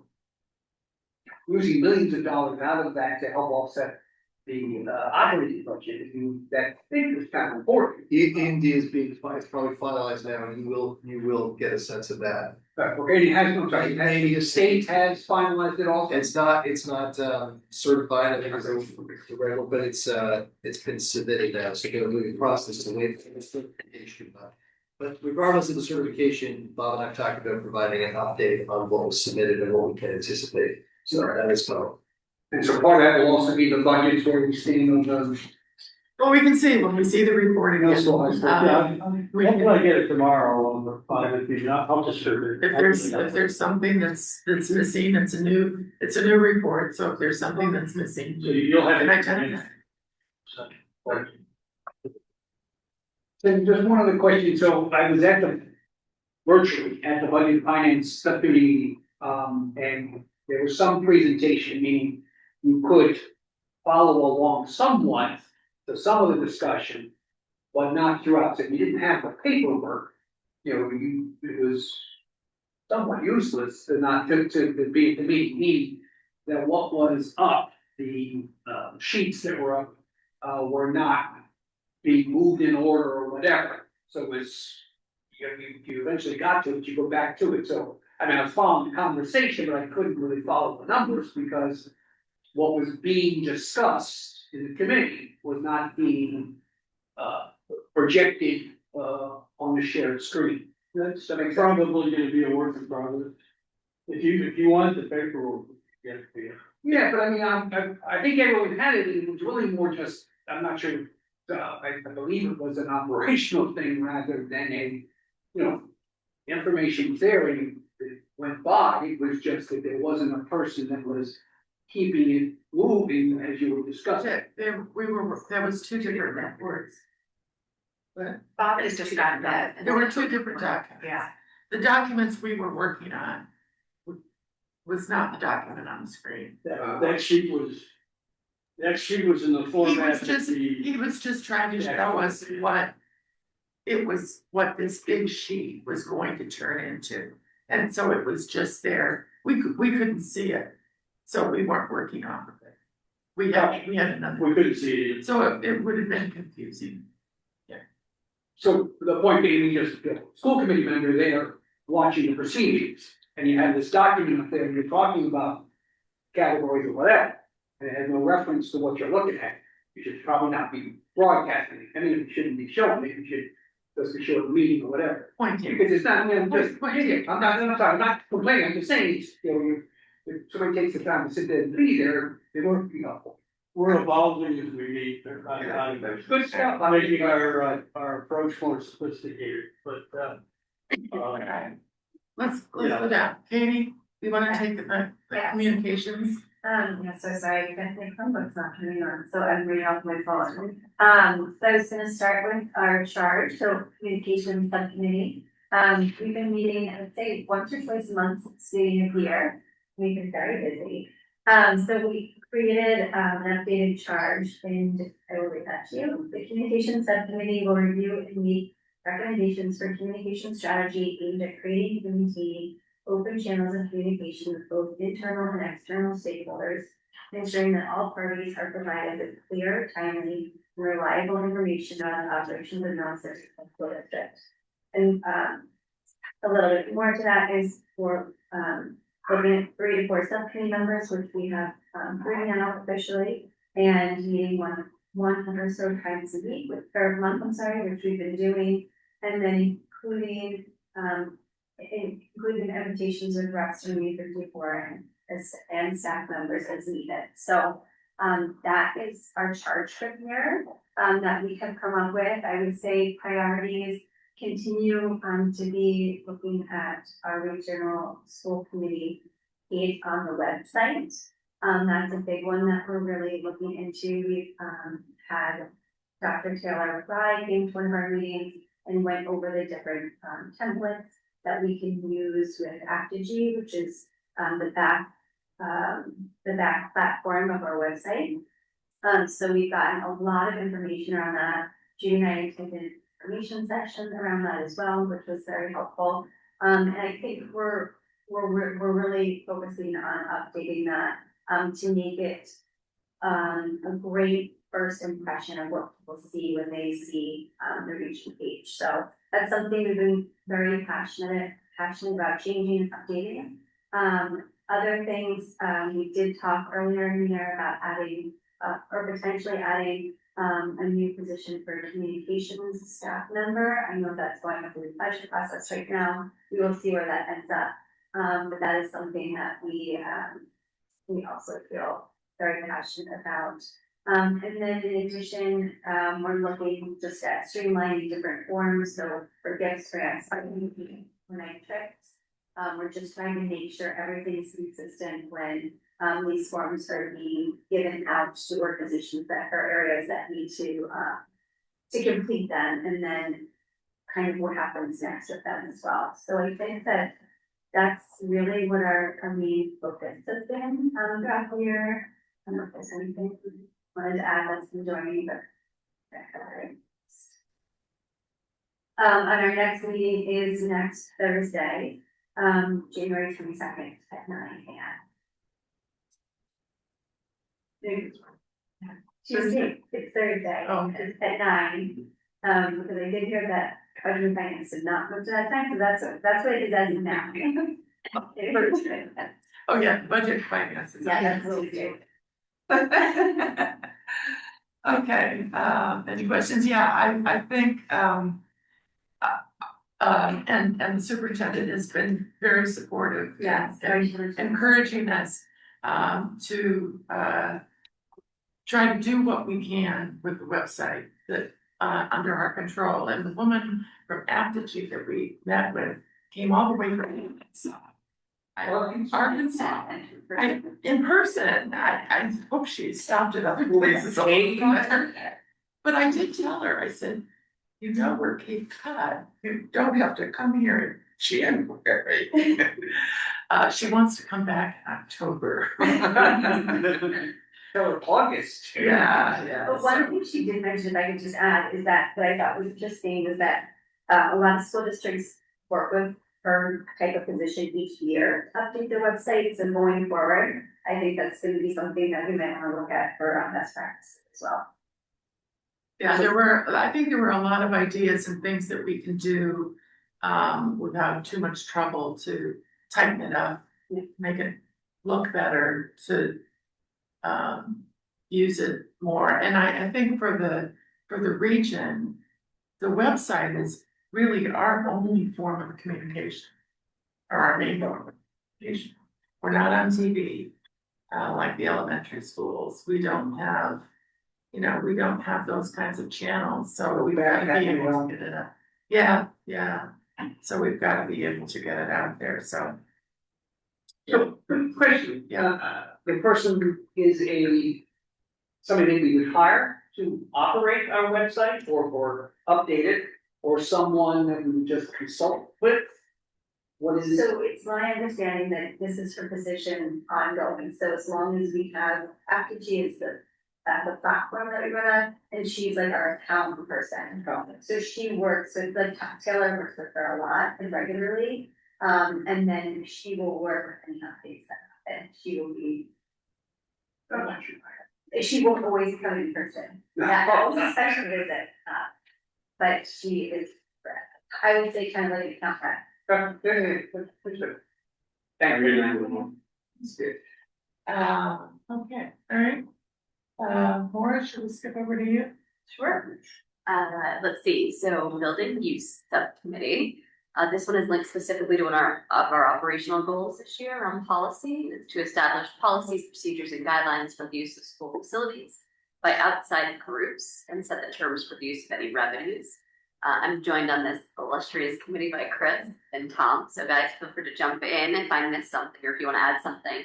So this year, over the summer, we went on a tour of the high school specifically to look at the spaces that we might consider renting, get a sense for how many people can fit and what we might charge and things like that. So that's how we started this year.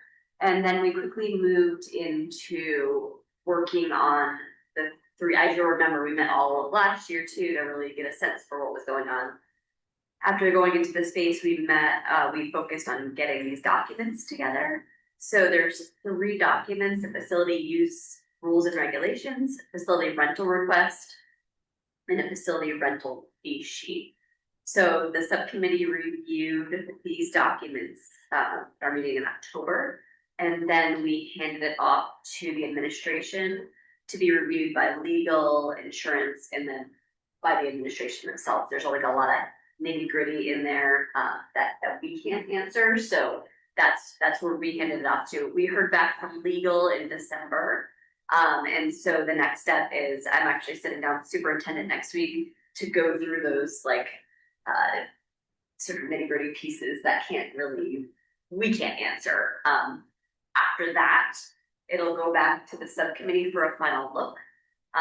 With then a recommendation coming to this body for review and hopefully ultimately approval. After that, at the same time, the subcommittee will provide just sort of additional recommendations to go with those documents, things that came up for us that we thought would be valuable before ultimately this subcommittee is dissolved, because that's where we're headed after that. So the goal is dissolving the subcommittee shortly. It's an ad hoc committee, and I think we're starting to hour our welcome a little bit. So no, it's been a good process. It's taken longer than we thought, but I think it's appropriately so. We put a lot into it, and it's been a good process. So we're looking forward to wrapping that up. Do you guys have anything to add? No, we had participants that are retiring, so we were like, Tom Ferris about it. Yeah, I know, this is something that started out very simply. Because the request was to come up with a policy on, so we could tell people on using the high school. And it's something I think this is truly peeling the onion. Once you found this, then you had to do this.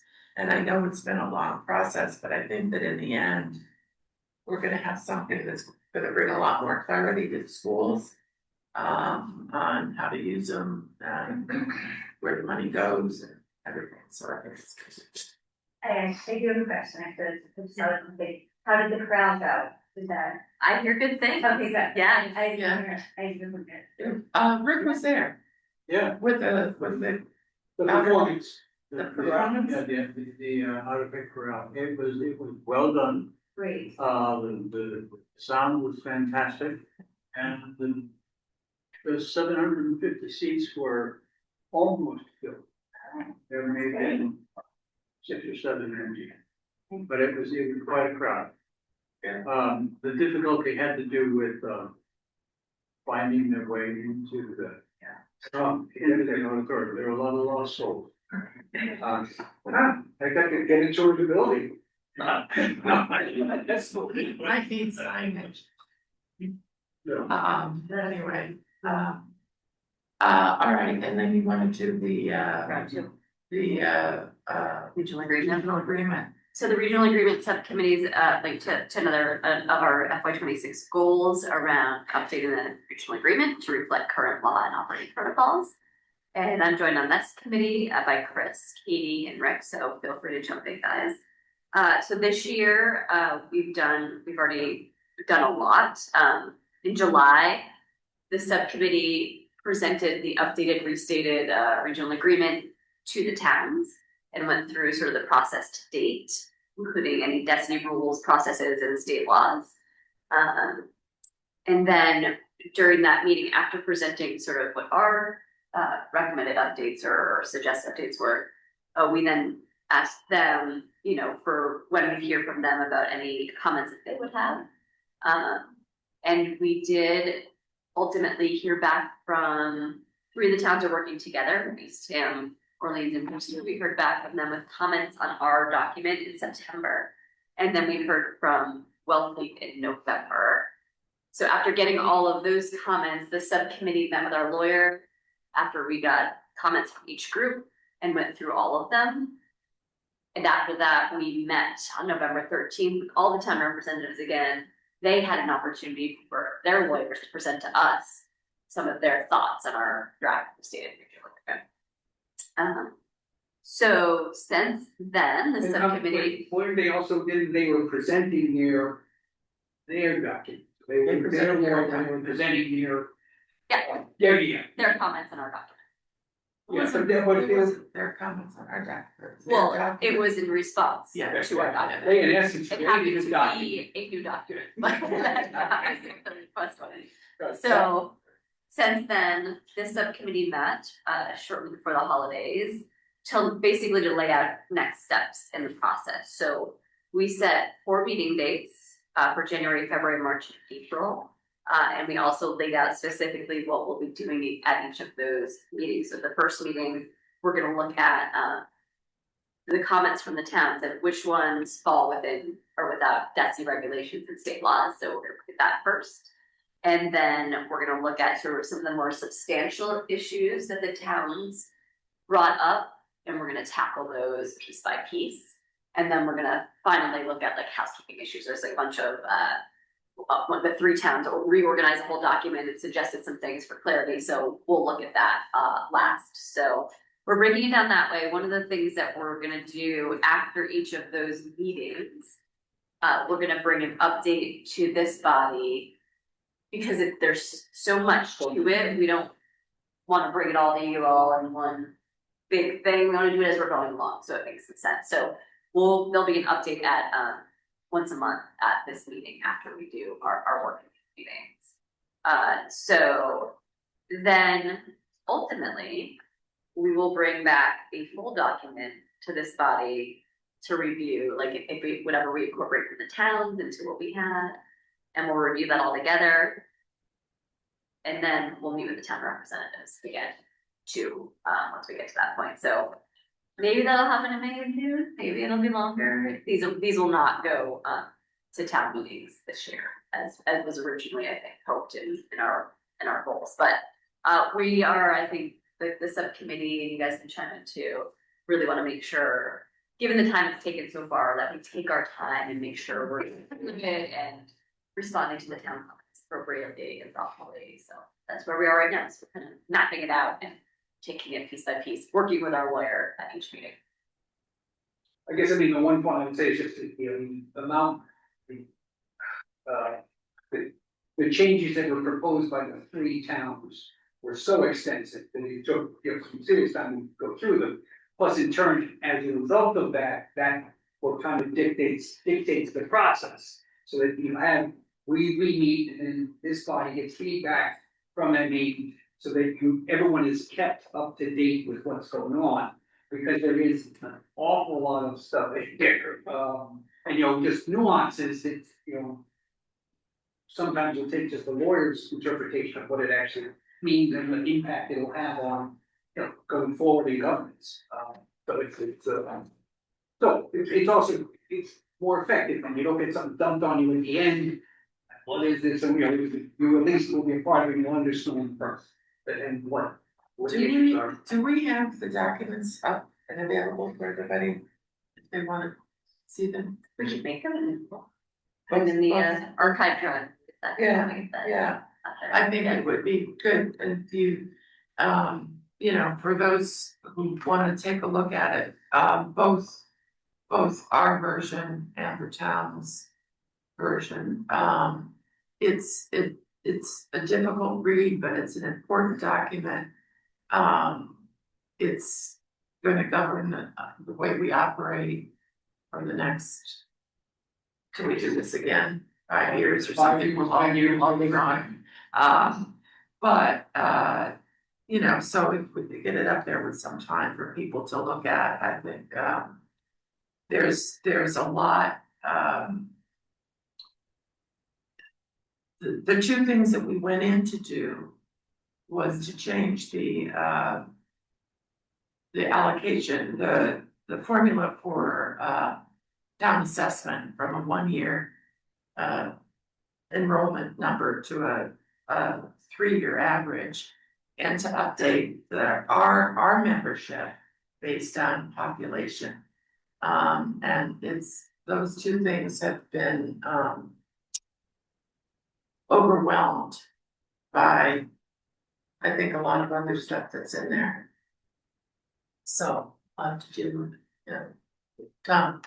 Gordon, is the attorney gonna call out some of the requests that really aren't in compliance to check? Yeah, that's the first thing we're doing. Oh, yeah. So our first meeting, we're gonna tackle that, sort of get that out of the way and then look at the rest of it. So, yeah.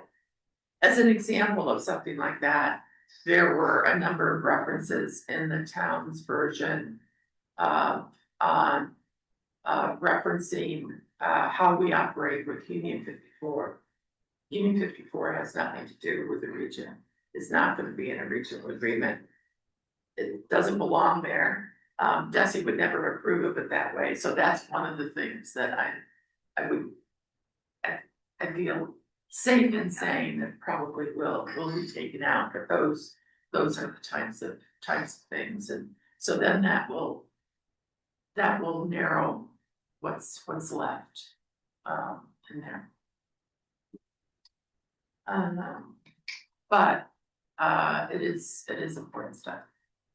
Okay. Chris. Capital Asset Subcommittee, so we met, actually, I'm sorry, it's the Capital Asset Subcommittee, Future Building Use Subcommittee as well. Capital planning and facilities. Yeah, facility planner. So, we held a meeting early in the year, and then we've not held any meetings since, we've been kind of starting and stopping. Katie and I have met several times, Katie, the vice chair, we met with Bob to go over issues and agendas in essence, and also try to get some transfer, on what are all the pieces that make up, the agendas of the capital asset subcommittee and the topics that they deal with. On finding that Bob Capruso is, retiring or leaving us, it creates another set of concern as far as just with Giovanni gone, Jim gone, and Bob gone, we've kind of lost the contract. Those that were overseeing the contracts previously for the region district schools, and so we've been just working through those issues and trying to depository. I've been sent and folded, shared with you all, set up a location of documents that I've taken in my years. And it's just the start. I just really did the preliminary on it, but I will go through and purge all the others. Realizing that we're coming up upon, we need to have a capital plan, or 1 year to 5 year capital plan. We've had that discussion about, I'm not sure exactly where it stands at this point. My understanding is that it had been discussed and somewhat developed, and it was going to you, Glenn, from Bob, is that correct? I may not be sure. I don't think I've received that yet. Okay. But I have a meeting actually with him tomorrow, so Got it. So I'm sure that we had a conversation. So that's the next step, is to get a 1 year and a 5 year capital plan reviewed. And we will schedule a meeting to get it done. Hopefully, we will have a subcommittee meeting before bringing it to this body, but worst case comes to worst. We can have Bob come, we can, review the capital plan, 1 year capital plan, at a committee, the regional. It will be. Everything else is there. No, I mean, so one of the overviewing things, overriding things that's been around for a while is this building. and the concerns that the towns have raised, the member towns have raised as far as the future potential costs going forward. And so one of the things that Bob had been working on was looking at developing, a layout, a scheme, a plan of what it would cost to bring this building up to date without redoing the entire building. So I mean, the issues here, you've got HVAC challenges, there's some other challenges, the boiler and HVAC are probably some of the biggest ones. Governing it, so what would that look like and what would that cost? So that when it comes time to talk about the future, that we understand the requirements of this building and what would be necessary to get 30 years out of it, I guess was the thought, right? What would we have to spend to be able to continue to use this building for another 30 years at least? And so that, there's a study on a couple aspects, but one portion of it is on the HVAC part of the building, what would be necessary. So. Yeah, those are the issues. Yeah, I think there's a lot there. Yeah. All right. Okay, good. Thanks. So I think we're all on track. I don't think anybody's. I want superintendent evaluation. We'll do those in the end. Yeah. Those in the end. Okay. Peter, you snuck in. Smart. Oh, you sneaked in. You missed the best part of the meeting, we had, it was, what do you call it? We had dinner. Catered and we had open bar for the first half. Oh, gosh, one time, not here, ready to start. Hopefully, Mason did a good job. I told her she was flying solo tonight, so. She was very good. I had to ask her if she was gonna go into journalism or something. She had it all down. I was very impressed with her athletic presentation. She talked about the girls' basketball team without ever using the word loss or lose. Yeah. She just said they've not won yet, but there's always tomorrow. It was so Very optimistic. Yeah, they are struggling, and it's safe to say. Very good.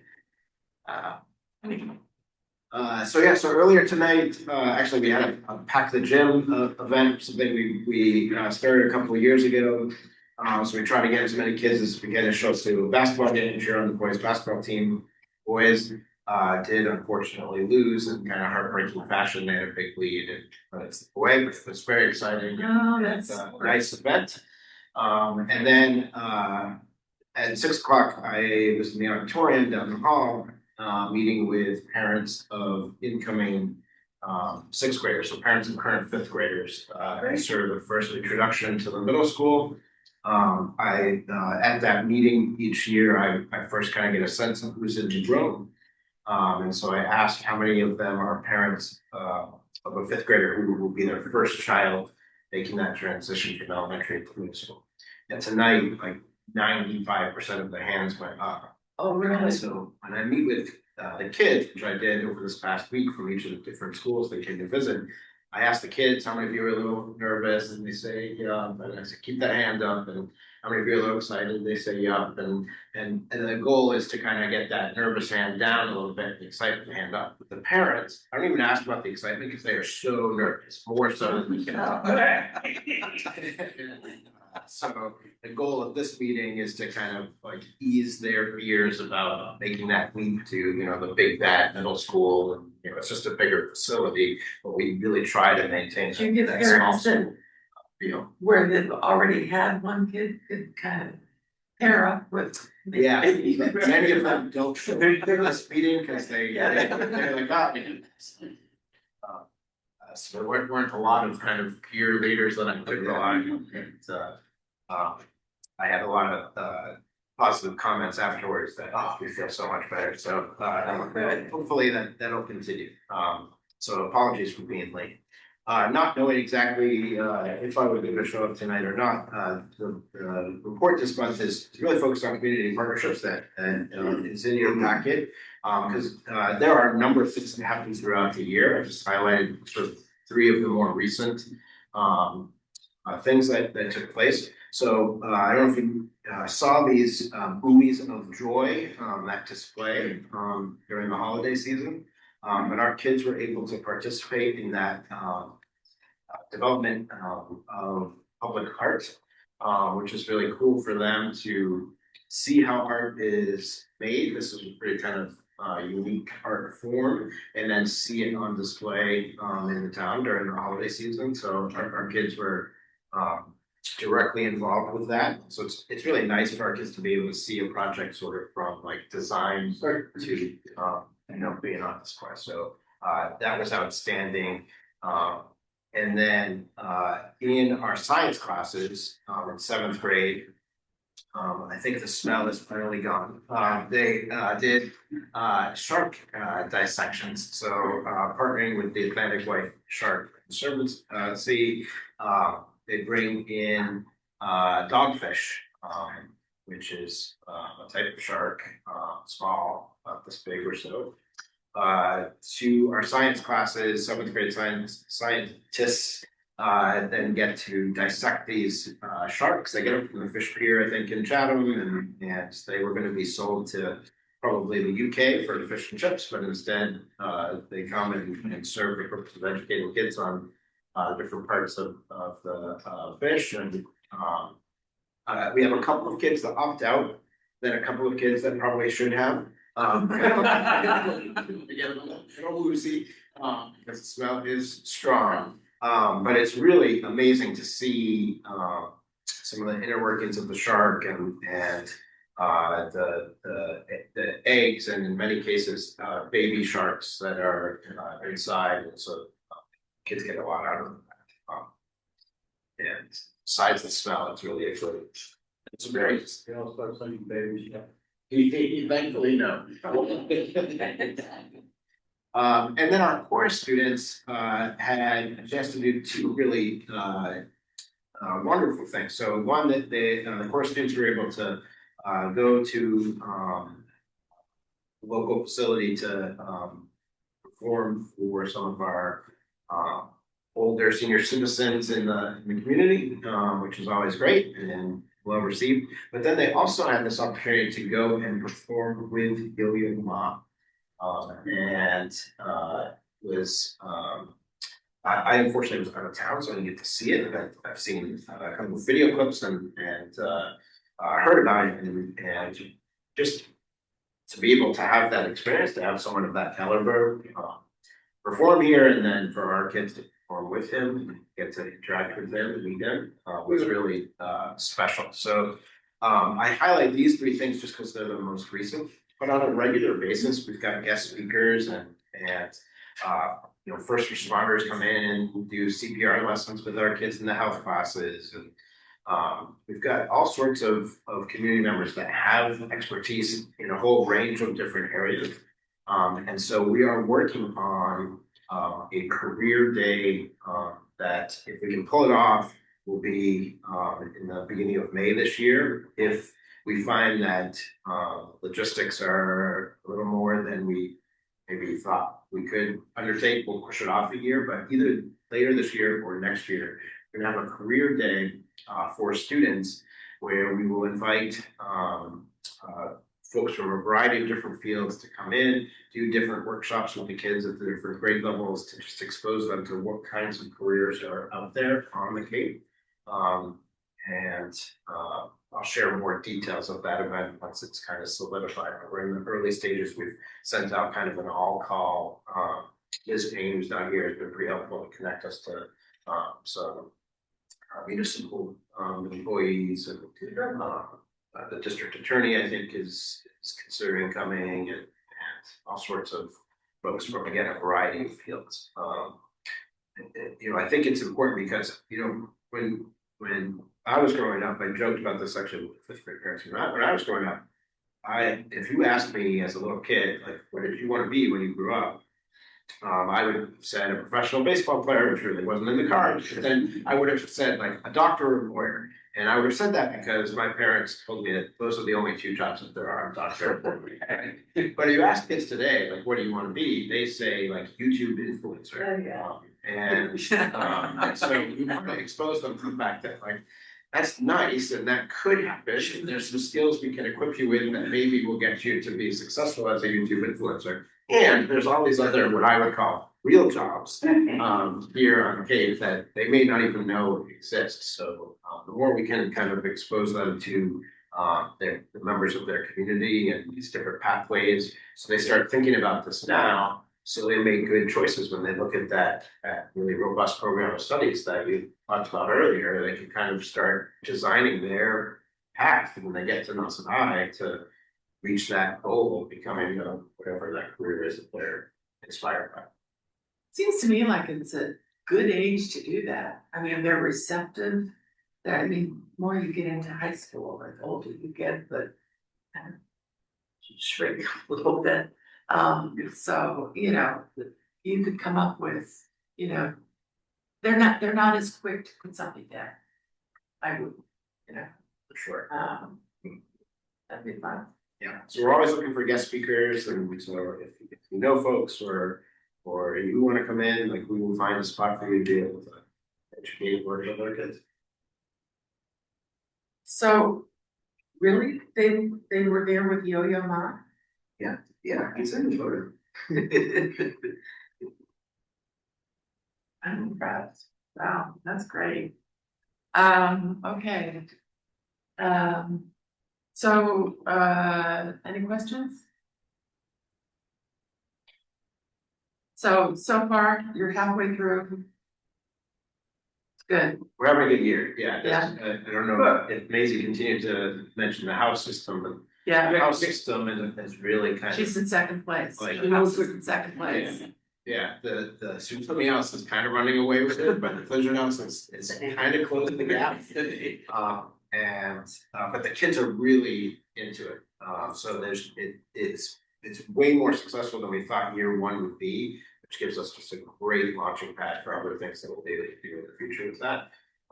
We really want kids to be excited about coming to school, which I think, you know, in the years particularly immediately following the pandemic, it was like not so much that level of enthusiasm. I think that's shifted, and so that makes the whole building just feel better. The kids are happy to So be I there. have to do the math, but, so somebody coming in sixth grade, They were in first grade. they were in first grade? No, I'm sorry, they're in kindergarten. Kindergarten. Not the best kindergarten. Yeah. Okay, all right, so that's a way distant memory, for them, right? Yeah.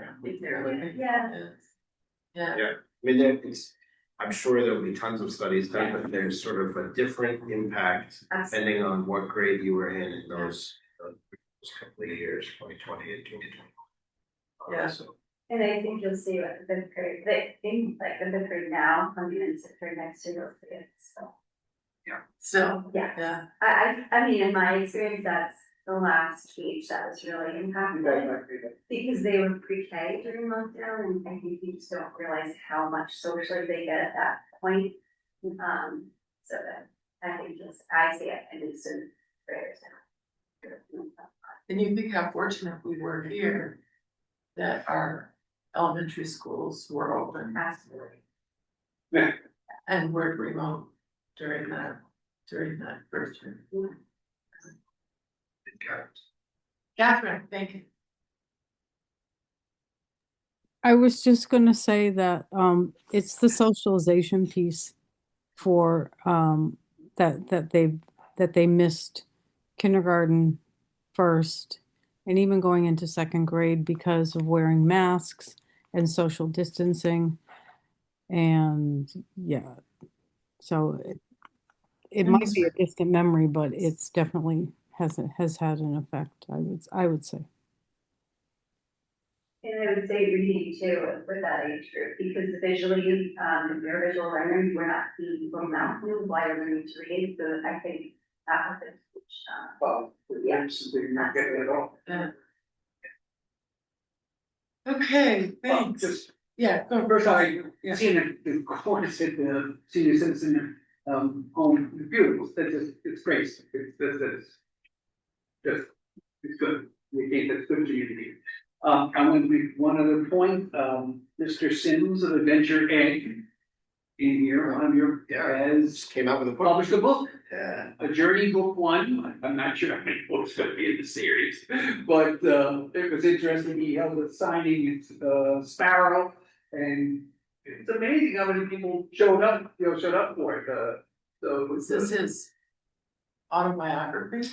this is actually, it is a layout.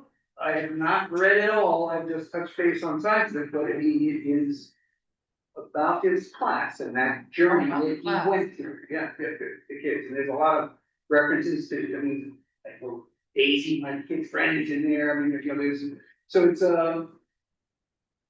yeah, it's good. So I just want to point that out to. All right, anything else? Okay, Pat, we turn to you. Now the hour is late. We'll get Great. through this. Thank you. I have a principal's report with a variety of information in it. I'm just going to reference two things there. I'm going to start by saying a big thank you to a huge number of people who worked pretty close to around the clock. No one worked on Christmas, and I don't believe anyone worked on New Year's Day, but a slew of people worked to open up phase 2 on January 5. So teachers could come in and could be in their classrooms, and students could come in and the learning could start in an open campus. So that is obviously a huge marathon-like undertaking to get all of those logistics together. Tom Ferris and Kathleen Tringali as the liaisons, did great work there. Bob Capurso, just a variety of people, department heads helping right the way through. So we had a very successful opening with with phase 2. We have a completely open campus at this point. Within 1 week, we rearranged our lunch schedule and routine. So the campus center, which is the room with the Google stairs and D building, is now open for lunch. So it feels more like a college campus where students have some choices as to where they can go. That being said, I think we have a decent supervision routine in place. So students are using the campus in more like in an adult manner. I think we trust them to do that. And it's been all excellent thus far. Punch list items will continue along to make sure that every classroom has a pencil sharpener and make sure that some tack boards go up so student work can hang and all of that, but that will be slow over the course of the coming weeks to get all of that in place. But we are psyched. For the school committee members who came on Saturday for a tour, I think people really got to see what those spaces look like.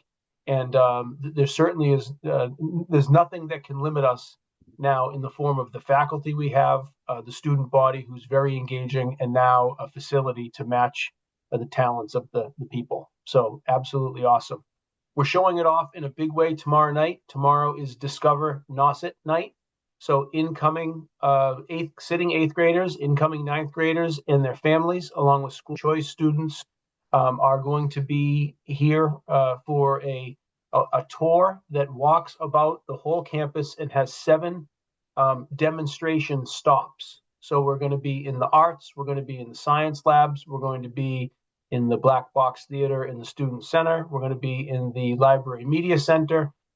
Each department is going to have a demonstration to show people how students learn at our school. And that's going to be the activity that follows a brief introduction in the Performing Arts Center, just talking about the basics as to who we are as a school and how students learn. So that is absolutely awesome. So we expect a big turnout for that.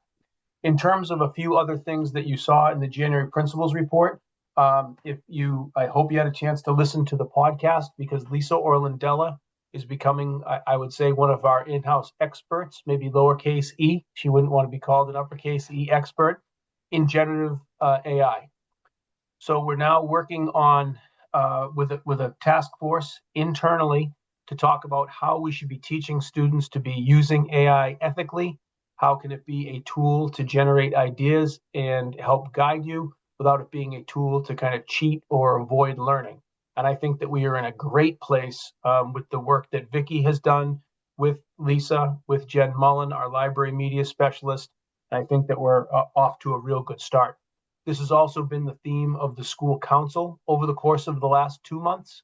And this coming month, where we're going to be putting together some questions that are going to be directed towards the AI task force that's in place. So along with that, kind of keeping with the theme of what Peter has mentioned, our Credit for Life Fair was held. It was a fabulous success as always. This is a half-day long financial literacy workshop where seniors are moved into the career of their choice, and they are given a salary and they are given a set of decisions to make sure that they can live and stay in the black in their kind of first year in a career. Cape Cod 5 sponsors it. Absolutely awesome. And that was a great activity for us for December. And there's a variety of other items that are in the principal's report. But the one thing that was very reassuring, I think I mentioned it last time, so if I'm repeating myself, I apologize. In December, I had the pleasure of attending the online workshop with both the commissioner and the secretary of education. And when they were talking about where education is going, I was absolutely thrilled to see that our profile of a graduate competency statement, while it graphically doesn't look like what the state has put out as a guideline, all of the content just about lines up with where the state says a high school graduate should be. So I'm quite proud that the work of our committees and our groups led to a statement that was largely followed by the state. It was very reassuring with all of the work that we've done. So we continue to move along through the school year. We have the mid-year exams just ahead. We're right smack dab in the middle of winter athletics.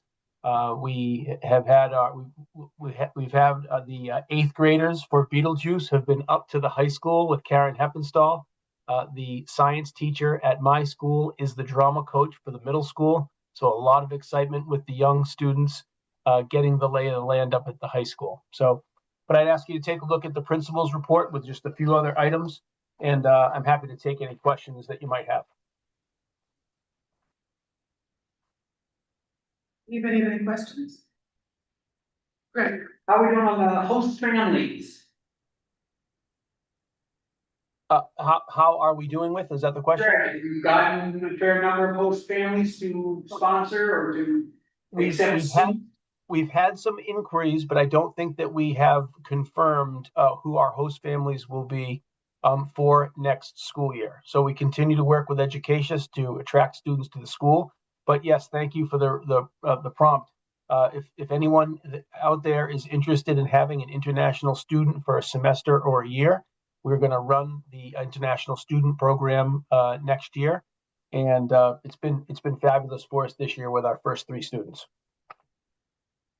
So following up on that, we've had 3 this year? Correct. Okay, so when do we know if we're accepted by others? This is like college acceptances.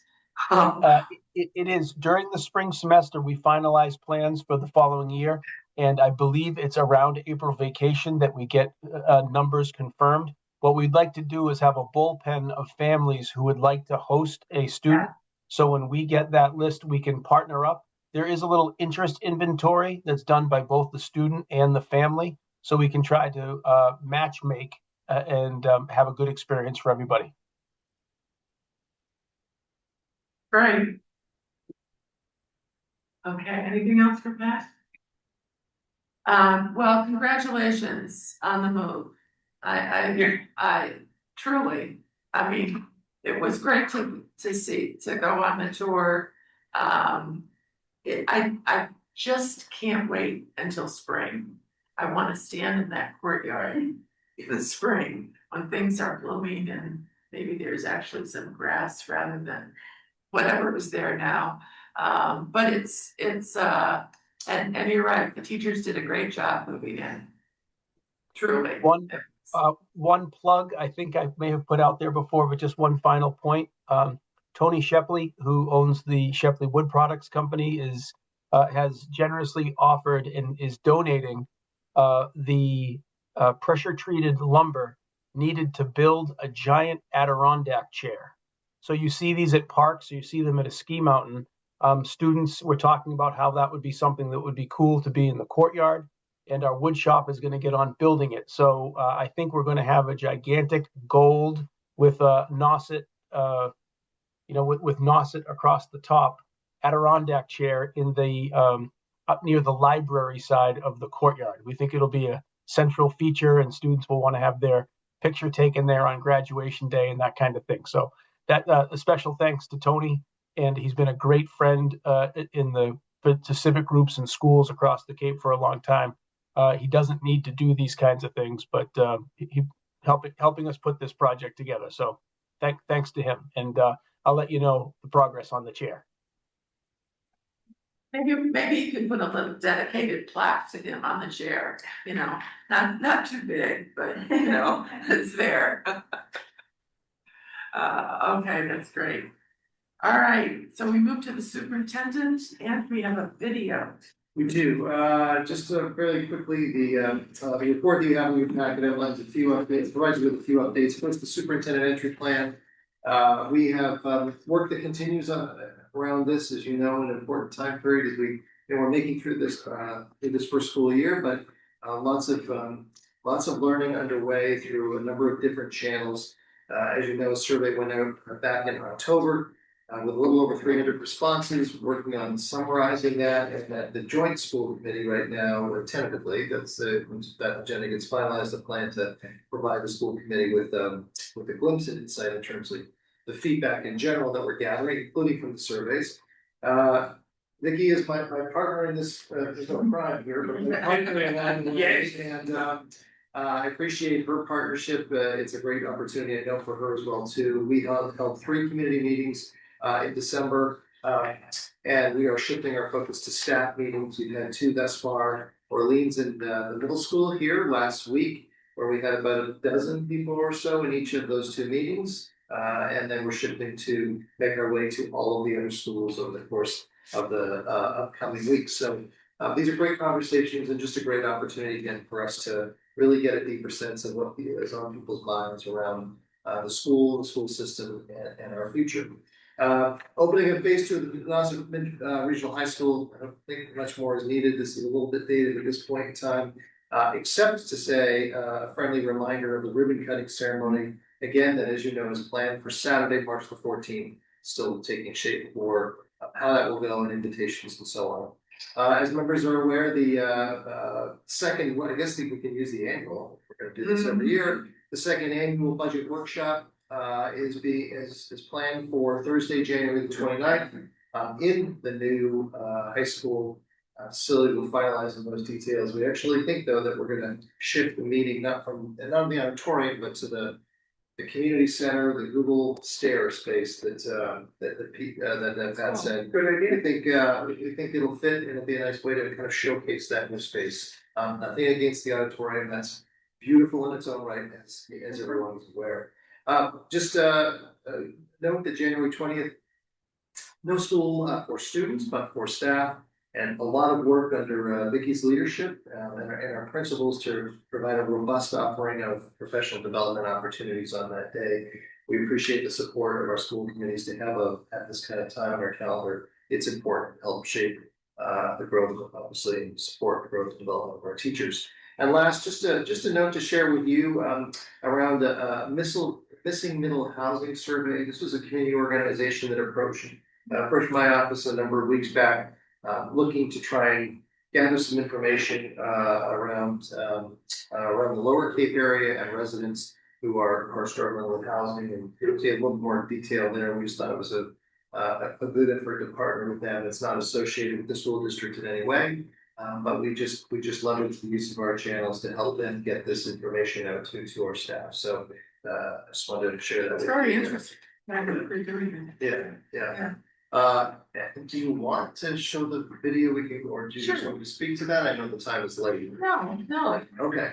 So, there's a memo in the packet, but it's not really the memo that's of importance tonight, but it's the opportunity to debut, if you will, this promotional video, called It's All Here. Jen's gonna bring that up. I think, Jen, can you bring that up? Or do we have a way to bring that up? Yeah. As I captured in the memo, it's certainly understood that families, not just here on the Cape, but everywhere, of course, have many choices. The choices are growing all the time for schools of all ages, but certainly the high school. Here on the Cape, as I've come to learn, school choice is another element that I think all districts, or if not almost all districts on the Cape, offer school choice. So that's another dimension, and then charter schools. I think that in this day and age, it's important for us as a school system and organization to do our very best to, can you just pause that, Jen? Sorry. Yeah. Just to convey and help inform families about, in this case, the Nauset Regional High School, and what an amazing choice that it is for students here. And so, thank you to Pat Clark and his team, who really rallied together, making this video possible. And then we partnered with Dave Cartoonin. Again, I think I've shared this with you before. Dave was here in the district.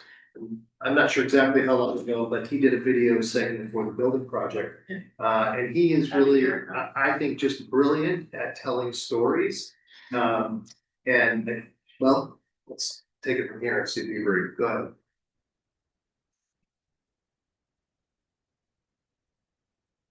We can't hear it. No, I don't know what it says. Like,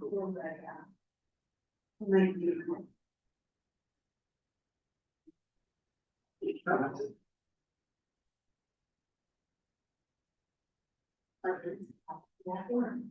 right.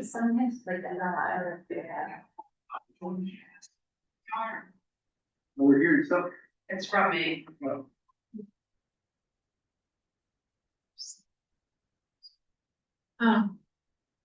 Yeah. mine's dead. Okay, well. Well, If you all go into, your agenda, it's now interactive. And you can, click on the video and watch it. And I encourage you to do so. It's very good, very well done. And I'm gonna have a spoiler alert here if you haven't seen it yet. Toward the end of the video, one of the teachers that talks is Lisa Ordello. And she's described Nauset High as if Stephen Hawking and Jimmy Buffett were to build a high school, this would be the high school. And I thought it was a great, I thought it was I think it was Lisa. it was. It's my apologies for this. It's about 6 minutes long. And not only was the thinking here to try and showcase as much as possible the new school facility, but also to give, to develop a narrative from the student perspective and staff perspective about Nauset High School. It was a day-long shoot in December, and we have lots of clips to work with that we can use in different ways. But through the editing process, they developed this storyboard of about 6 minutes. It's my intention to share this out through all of our school newsletters. Welcome anybody to share it far and wide. I think it tells a great story about Nauset Regional High School. So sorry that we can't get this working here tonight. Unless we can. It'd be nice if we could post on the community pages of great. Absolutely, we'll try and do it, plaster it everywhere. Yeah, I mean, each of our communities has a local TV station that they just run things through in loops. And, they put this on there, that would be great, because people do watch that. It's all right with me. I know it's late. Yeah. Okay, sorry about that. Oh, it's good stuff. Watch the whole thing. It was good. It's very. Yeah, it's very good.